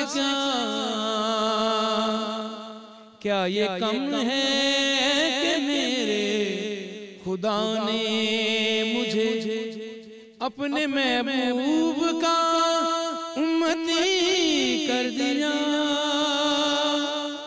इस करम का करूं शुक्र कैसे अदा। सुभान अल्लाह, जज़ाकल्लाह, बहुत बहुत शुक्रिया आपका। जी जी जी जी, आप माशाल्लाह रमज़ान चल रहा है, आपका आवाज़ के साथ ताल्लुक़ है, मैं भी कारी हूँ, आवाज़ के ताल्लुक़। रोज़े की हालत में आप माशाल्लाह इतना खूबसूरत कैसे पढ़ लेते हैं, हमारे मुंह में तो खुशकी आ जाती है। इसका कोई हल आपने निकाला हुआ है? नहीं, हल तो नहीं निकाला हुआ, इसका कोई भी हल नहीं है, क्योंकि ये करम की बात है। ये अभी तीसरे माह रमज़ान में मैं पढ़ रहा था, तो यकदम गला मेरा ना ये फ्लू की वजह से बंद हो गया। फिर मैंने 2 दिन रेस्ट किया, फिर अल्लाह से दुआ की कि अल्लाह इतनी जिम्मेदारी है तो मैं तो इसे काबिल नहीं हूँ, ये सच कह रहा हूँ। तो अल्लाह पाक आपने मेरी आवाज़ में बरकत डालनी है। तब मैं रोज़े में भी हूँ, तो मुझे लगता है कि मैं नहीं पढ़ सकूँगा, लेकिन जब पढ़ता हूँ तो वो अल्लाह की ब्लेस्ड होती है। कवानों को देखा अक्सर गले के लिए अपने बुजुर्गों से जाके दुआएं भी करवाते हैं। आप बिल्कुल दुआएं तो करवानी चाहिए, मैं भी कहता हूँ कि मेरे लिए आप भी दुआ करें। तो लेकिन ये सारा डिपेंड ऑन अल्लाह की रहमत पे है, अल्लाह की करम नवाजी। और जिन लोगों ने प्रैक्टिस की होती है, जिस तरह आप वॉक करते हैं, जी जी, तो आप एक बंदा 50 मिनट वॉक करता है, दूसरा बंदा जो वॉक नहीं करता तो 10 मिनट चल के उसको तो ये प्रैक्टिस। बताइए शेर मियादाद साहब कि किन किन खानों को या किन चीज़ों को अवॉइड करना चाहिए अगर आपने अपने गले की आवाज़ को जो है ना वो एक सिमत में रखना है बरकरार? वैसे भी मैं एक और इसके साथ साथ मैं ये बताई चलूँ कि क्या आपने पिछले 20 साल से आम भी नहीं खाए? जी बिल्कुल नहीं खाए। वो इसीलिए कि आवाज़ में उतराव चढ़ाव ना आए। जी बिल्कुल, गले को बिल्कुल बंद। लेकिन आम तो इतने मीठे और इतने मजे के। मैं पूछ लेता हूँ घर वालों से, जिस तरह आप कहें मैं पूछूं सुनाएं कैसे आप दूर रह लेते हैं, आप रेजिस्ट कैसे कर लेते हैं? 20 साल बहुत ज्यादा अरसा है यार, ये तो आमों से गुजरते गुजरते हाँ जी सुनाओ की हाल है यार, तुझे मीठे हो गए। तो ये कमाल जुमला है। बात ये कि जो चीज़ क्योंकि ये मेरा वर्क है। हाँ जी। तो आप बिलीव करें, जिंदगी में मैं जब ज्यादा उदास हूँ समझे मेरा आवाज़ बैठा हुआ है। अच्छा। वो मुझे लगता है कि क्या हो गया है। तो फिर इधर गुजर करना चाहिए। और मैं वैसे मेडिकल तौर पे मैं आज भी एक लेसन दे के आया हूँ वैसे भी लोगों को कि अपना यानी चेकअप आप 3-4 माह के बाद अपना पूरा कंप्लीट चेकअप करवाएं। और उसके बाद फिर आपने वॉक नहीं छोड़नी, वॉक अपनी ज़िंदगी का हिस्सा बनाएं। 40 मिनट 50 मिनट वॉक करें। और कोलेस्ट्रॉल वाली चीज़ें जो जिसमें ज़्यादा चर्बी है वो ना खाएं, और इससे आपका गला भी बेहतर रहेगा। का भी इस्तेमाल कहते हैं। चावल मैं खा लेता हूँ लेकिन कभी कभार, ज़्यादा कभी कभार। हाँ, वो मुझे आइसक्रीम ठंडा नो आइसक्रीम भी 20 कार्बोनेटेड ड्रिंक्स जो नहीं खाई। नो मुझे अब मैं टेस्टलेस हूँ, मुझे नहीं बढ़िया। आपकी तो जिंदगी में सुकून है। आपने तो सही अपनी मेंटेन कर ली, डाइट भी और हेल्थ भी साथ साथ। फलों में सिर्फ मैं खाता हूँ तो ये सेब या केला वगैरह, और बस ज्यादा नहीं। और मिर्ची नमक तेज नहीं, ये ज्यादा नहीं। खाने जो होते हैं मेरे घर में मैं कह देता हूँ कि प्लीज ऑयल ज्यादा ना डालिएगा, हल्का ऑयल जो होता है वो ऑलिव ऑयल। तो फिर आप रमजान में पकौड़े समोसे भी नहीं खाते? नहीं खाता मैं बिल्कुल। माशाल्लाह, बड़ी कुर्बानी है ये। हाँ नहीं खाता। क्या आप इतने मजे मजे के पकवान बने होते हैं, वो कहते हैं जी पकौड़ा दिल भी कर रहा होता है, पिज्जा होता है। बिल्कुल। मैं कहता हूँ नहीं भी मैंने नहीं खाना। मुझे आप क्या फिर अमूमन अपनी डाइट में? मैं खजूर, माह रमजान खजूर होगी, और उसके बाद नमाज पढ़ के वॉक है। वॉक के बाद फिर जो भी खुश्क रोटी के साथ मिल जाए, सालन, थोड़ा सा चिकन वगैरह, और मटन भी हफ्ते में वो भी एक दफ़ा, बीफ बिल्कुल नहीं। और वाइट मीट में ज़्यादा खाता हूँ। ज़्यादा खाने से मुराद ये है कि खाता थोड़ा हूँ लेकिन क्वांटिटी उसकी मतलब कि जो इस्तेमाल है वो ज़्यादा होता है। अच्छा शेर मियां साहब, जैसे ही अभी आप खाने पीने की जब हम बात कर रहे हैं तो ये कितना मुश्किल है और ये कितना ज़रूरी है आपके ख्याल में? ये जितनी चीज़ें आपने बढ़ाई इसका मतलब है कि आप किन्नू माल्टे से भी दूर रहते हो? जी बिल्कुल नहीं, खट्टी जो चीज़ें हैं, भी नहीं खाई, किन्नू माल्टा भी नहीं खाया। तो पानी की इंटेक रखते हैं? पानी तो मेरे साथ होता है, यानी कि मेरी गाड़ी में पानी पड़ा हुआ है। कभी दिल कर ही आता है जूस पीने का? बड़ा दिल करता है। तो फिर कोई भी नहीं आप जूस? नहीं मैं नहीं लेता। फ्रेश जूसेस या डब्बे के जो होते हैं? मैं नहीं, सिर्फ इसलिए कि ये खराब ना कर दे गला। चाय कॉफी मतलब आप बहुत एहतियात करते हैं? चाय ले लेता हूँ, यानी चाय पे पाबंदी नहीं है? शुरू में जो एक जुमला बोला था मुझे बड़ा वो अच्छा भी लगा और बड़ा मुझे तजस्सुस भी है। आपने अमीर खुसरो रहमा की बात की थी, तो आप उनकी अगर कोई बात हमारे साथ शेयर करें नाज़रीन के साथ, तो ये एक बड़ा एक तसव्वुफ का एक टॉपिक होगा और एक हमारे नौजवान जो नस्ल है उसके लिए एक बड़ा पैगाम होगा। तो आप अगर उनका कोई वाक़या, चूँकि आप तो उन्हीं के ख़ानदान में से हैं, तो हमारा तो यही ख़ानदान में हम उनके यानी शागिर्दों में से हैं। ठीक है। और उनका जो वाक़यात तो बहुत सारे हैं। अपने मुर्शिद के साथ, ख्वाजा निज़ामुद्दीन औलिया सरकार के साथ वो मनाते भी थे उनको। उनका एक ठुमरीत में उन्होंने एक राग पीलो में बनाई थी, मुझसे बोल या ना बोल, मोरी सुन या ना सुन, मैं तो तोहे ना छोड़ूंगी ये सावरे। वो इस तरह था कि कोई उनके दरबार में, ख्वाजा निज़ामुद्दीन औलिया सरकार के दरबार में कोई कवाल हज़रात थे, उन्होंने कलाम पढ़ा तो उन्होंने उनको कुछ चीज़ें अता की। तो वो जा रहे थे तो ख्वाजा हज़रत अमीर खुसरो मिल गए, तो वो कहते जा रहे थे ये जो चीज़ें मिली ये कम हैं या इस तरह का मामला था। तो उन्होंने कहा आप इस क्या लेते थे, आप ये मुझे दे दें, क्या लेना है, मेरे मुर्शिद की चीज़ें मुझे दे दें, क्या लेते? तो उन्होंने कुछ चीज़ें दी उनको बेबा। तो जब वो ख्वाजा निज़ामुद्दीन औलिया सरकार के पास आए तो आप उनसे नाराज़ हो गए। आपने कहा उनको तो नहीं पता था मैंने उनको क्या दिया, तुम्हें तो पता था मैंने क्या दिया, तुमने इतनी कीमत लगाई। तो फिर ये लिखा, मुझसे बोल या ना बोल, मोरी सुन या ना सुन, मैं तो तोहे ना छोड़ूंगी ये सावरे। फिर उनको मनाया आपने। तो ये चीज़ें तसव्वुफ की हैं, तसव्वुफ की तरफ लेके जाती हैं। फिर छाप तिलक सब छीन ली, मुझसे नैना मिलाई के, जिस तरह उन्होंने, तो हर चीज़ की उन्होंने बंदिश की उस वक़्त, क्योंकि दौरा था भजन का। जब हज़रत अमीर खुसरो रहमतुल्लाह अलैह के दौर था ना, तो भजन लोग सुनने जाया करते थे। फिर उन्होंने म्यूज़िक जो कवाली जो इंट्रोड्यूस करवाई, इसमें सबसे पहले उन्होंने कॉल जो है, जो कॉल कहते हैं किसी बुज़ुर्ग का कहना या किसी वली अल्लाह का कहना, उसको कहते हैं कौल। तो उन्होंने हदीस कोट की, मन कुन तो मौला फ़हाज़ा अलीउन मौला, वो करके उसकी बंदिश बनाई, बंदिश फिर उसको उन्होंने वो पढ़ा। तो आज तक हम भी पढ़ रहे हैं मन कुन तो मौला, आपने भी सुना होगा। बिल्कुल बिल्कुल। तो उन्होंने दीन की खिदमत इस तरह की। फिर जब वो ये पढ़ते थे अल्लाह का कलाम, तो लोग भजन जिधर सुनते थे बैठ के, हिंदू लोग, वो सारे इधर आ जाते थे हज़रत अमीर खुसरो रहमतुल्लाह अलैह के पास, और फिर एक सिलसिला शुरू हो जाता था अपना इस्लाम के बारे में। जो बुजुर्ग थे, बुजुर्गान दीन थे, वो दावत देते थे इस्लाम की कि इस्लाम की तरफ आए। असल में मैं जो ये असल में वाक़या सुनाने का और आपसे पूछने का मकसद भी ये था कि जब किसी भी मुआशरे का एक मिजाज बन चुका होता है ना, किसी को राह रास्त पे लाना मकसूद होता है, तो बाज़ दफ़ा हमें कोई ऐसा अमल करना पड़ता है कि जो बाज़ दफ़ा शरीयत से मुतसादिम होता है, लेकिन एक रंग में लोग जो रंगे होते हैं ना, उनको किसी राह पे लाने के लिए तो बुजुर्गों ने एक कवाली का सिस्टम शुरू किया कि लोग वो जो भजन है उससे उसका एक समझ लें कि एक मुतबादल दिया उनको, कि वहां से लोग हटकर उनको थोड़ा सा वो लज्जत भी महसूस होती रहे और आहिस्ता आहिस्ता वो दीन इस्लाम की तरफ आना शुरू होते जाए। अच्छा शेर मियां दास साहब, ये एक चूँकि आप के खासे फंक्शंस होते हैं, खासी जगह पर आपको मदऊ किया जाता है, गुलकारों के पास तो एक सहूलत ये होती है कि वो खुद ना गाएं, गाया हुआ गाना चलता रहता है और वो होंठ हिलाते रहते हैं, लेकिन जो कवाल हज़रात हैं इनके पास तो ये वाली सहूलत नहीं लाइफ। और ये अच्छी बात है ना कि जितनी आप मेहनत करेंगे उतना ही आप, इसलिए कंपेयर भी कर लें किसी को भी, किसी भी जो प्रैक्टिस नहीं जिसने की होती, तो उसका मुआवजा किसी प्रैक्टिस वाले से करा देंगे, तो हमेशा प्रैक्टिस वाले को आप कहेंगे कि यार ये, उसको भी लगेगा कि। तो इसलिए हमें जो बचपन से ही, खैर हम अपने वालिद साहब उस्ताद मियां दाद खान साहब को, बड़े भाई उस्ताद बदर मियां दाद खान साहब को देखते आए, फिर क्योंकि वो रिहर्सल करते थे और हम भी उसी तरह, हमारे पास देखे मैं बड़ा खुश नसीब हूँ कि हमारे पास शराइन ऑफ बाबा फरीदुद्दीन गंजे शकर है। गंजे शकर की सरकार की बारगाह, मैं पाक पतन शरीफ का हूँ, मैं बाबा साहब का कवाल हूँ, मैं फरीदी हूँ, तो मुझे ये भी निस्बत है मेरे बाबा हुजूर से। और फिर हम जो भी वहाँ पे पढ़ते हैं वहाँ हमारी प्रैक्टिस भी होती है और हमारा रियाज भी वही है, क्योंकि 2-2, 3-3 घंटे वहाँ पे महफिल समा पे हम पढ़ते हैं।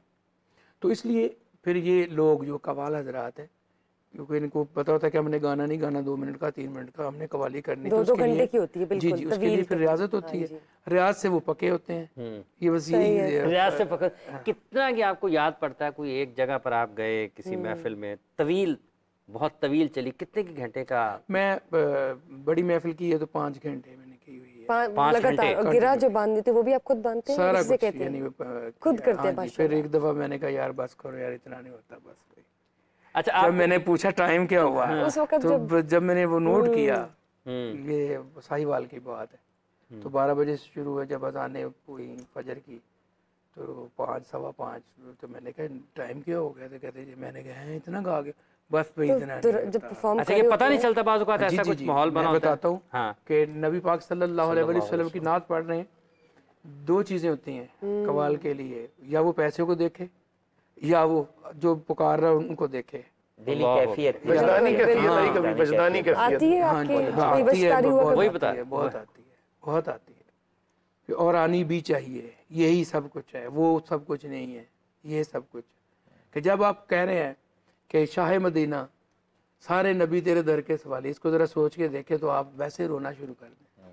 तैबा के वाली सारे नबी तेरे दर के सवाली, तो इसमें बंदा मस्त हो जाता है कि मेरे जो आका हैं सारे नबी इनके दर के सवाली, मेरे आका इतने शान वाले। तो ये जब आप फील करेंगे, रियलाइज करेंगे किसी चीज़ को, तो वो इस तरह ही होगा कि फिर वो आपको ट्रांस में ले जाएगी। फिर जब आप ट्रांस में जाएंगे तो आप डायरेक्ट हो जाएंगे, जब डायरेक्ट होगा तो फिर आंसू जाएगा। फिर जब आप वजद की कैफियत तारी हो जाती है तो वापस आते हुए कितना टाइम लगता है आपको? ये कोई पता नहीं, फिर वो ये होता है कि बस चलते जाएं। कभी इस तरह बहुत सारा हुआ कि मैं रो रहा हूँ, कवाली हो रही, मैं रो रहा हूँ, फिर चुप करना पड़ता है। जब माहौल देखते हैं कि लोगों ने सुनना भी है। मिसाल के तौर पे मैं इंडिया एक वहाँ पे दिल्ली में ना तालकटोरा स्टेडियम, वहाँ पे भक्ति उत्सव के नाम से जी वो मनाते फेस्टिवल। वहाँ पे ना जितने भगत होते हैं वो, उसमें कोई मुस्लिम नहीं ऑडियंस में होता, सिर्फ सारे हिंदुइज्म होता है।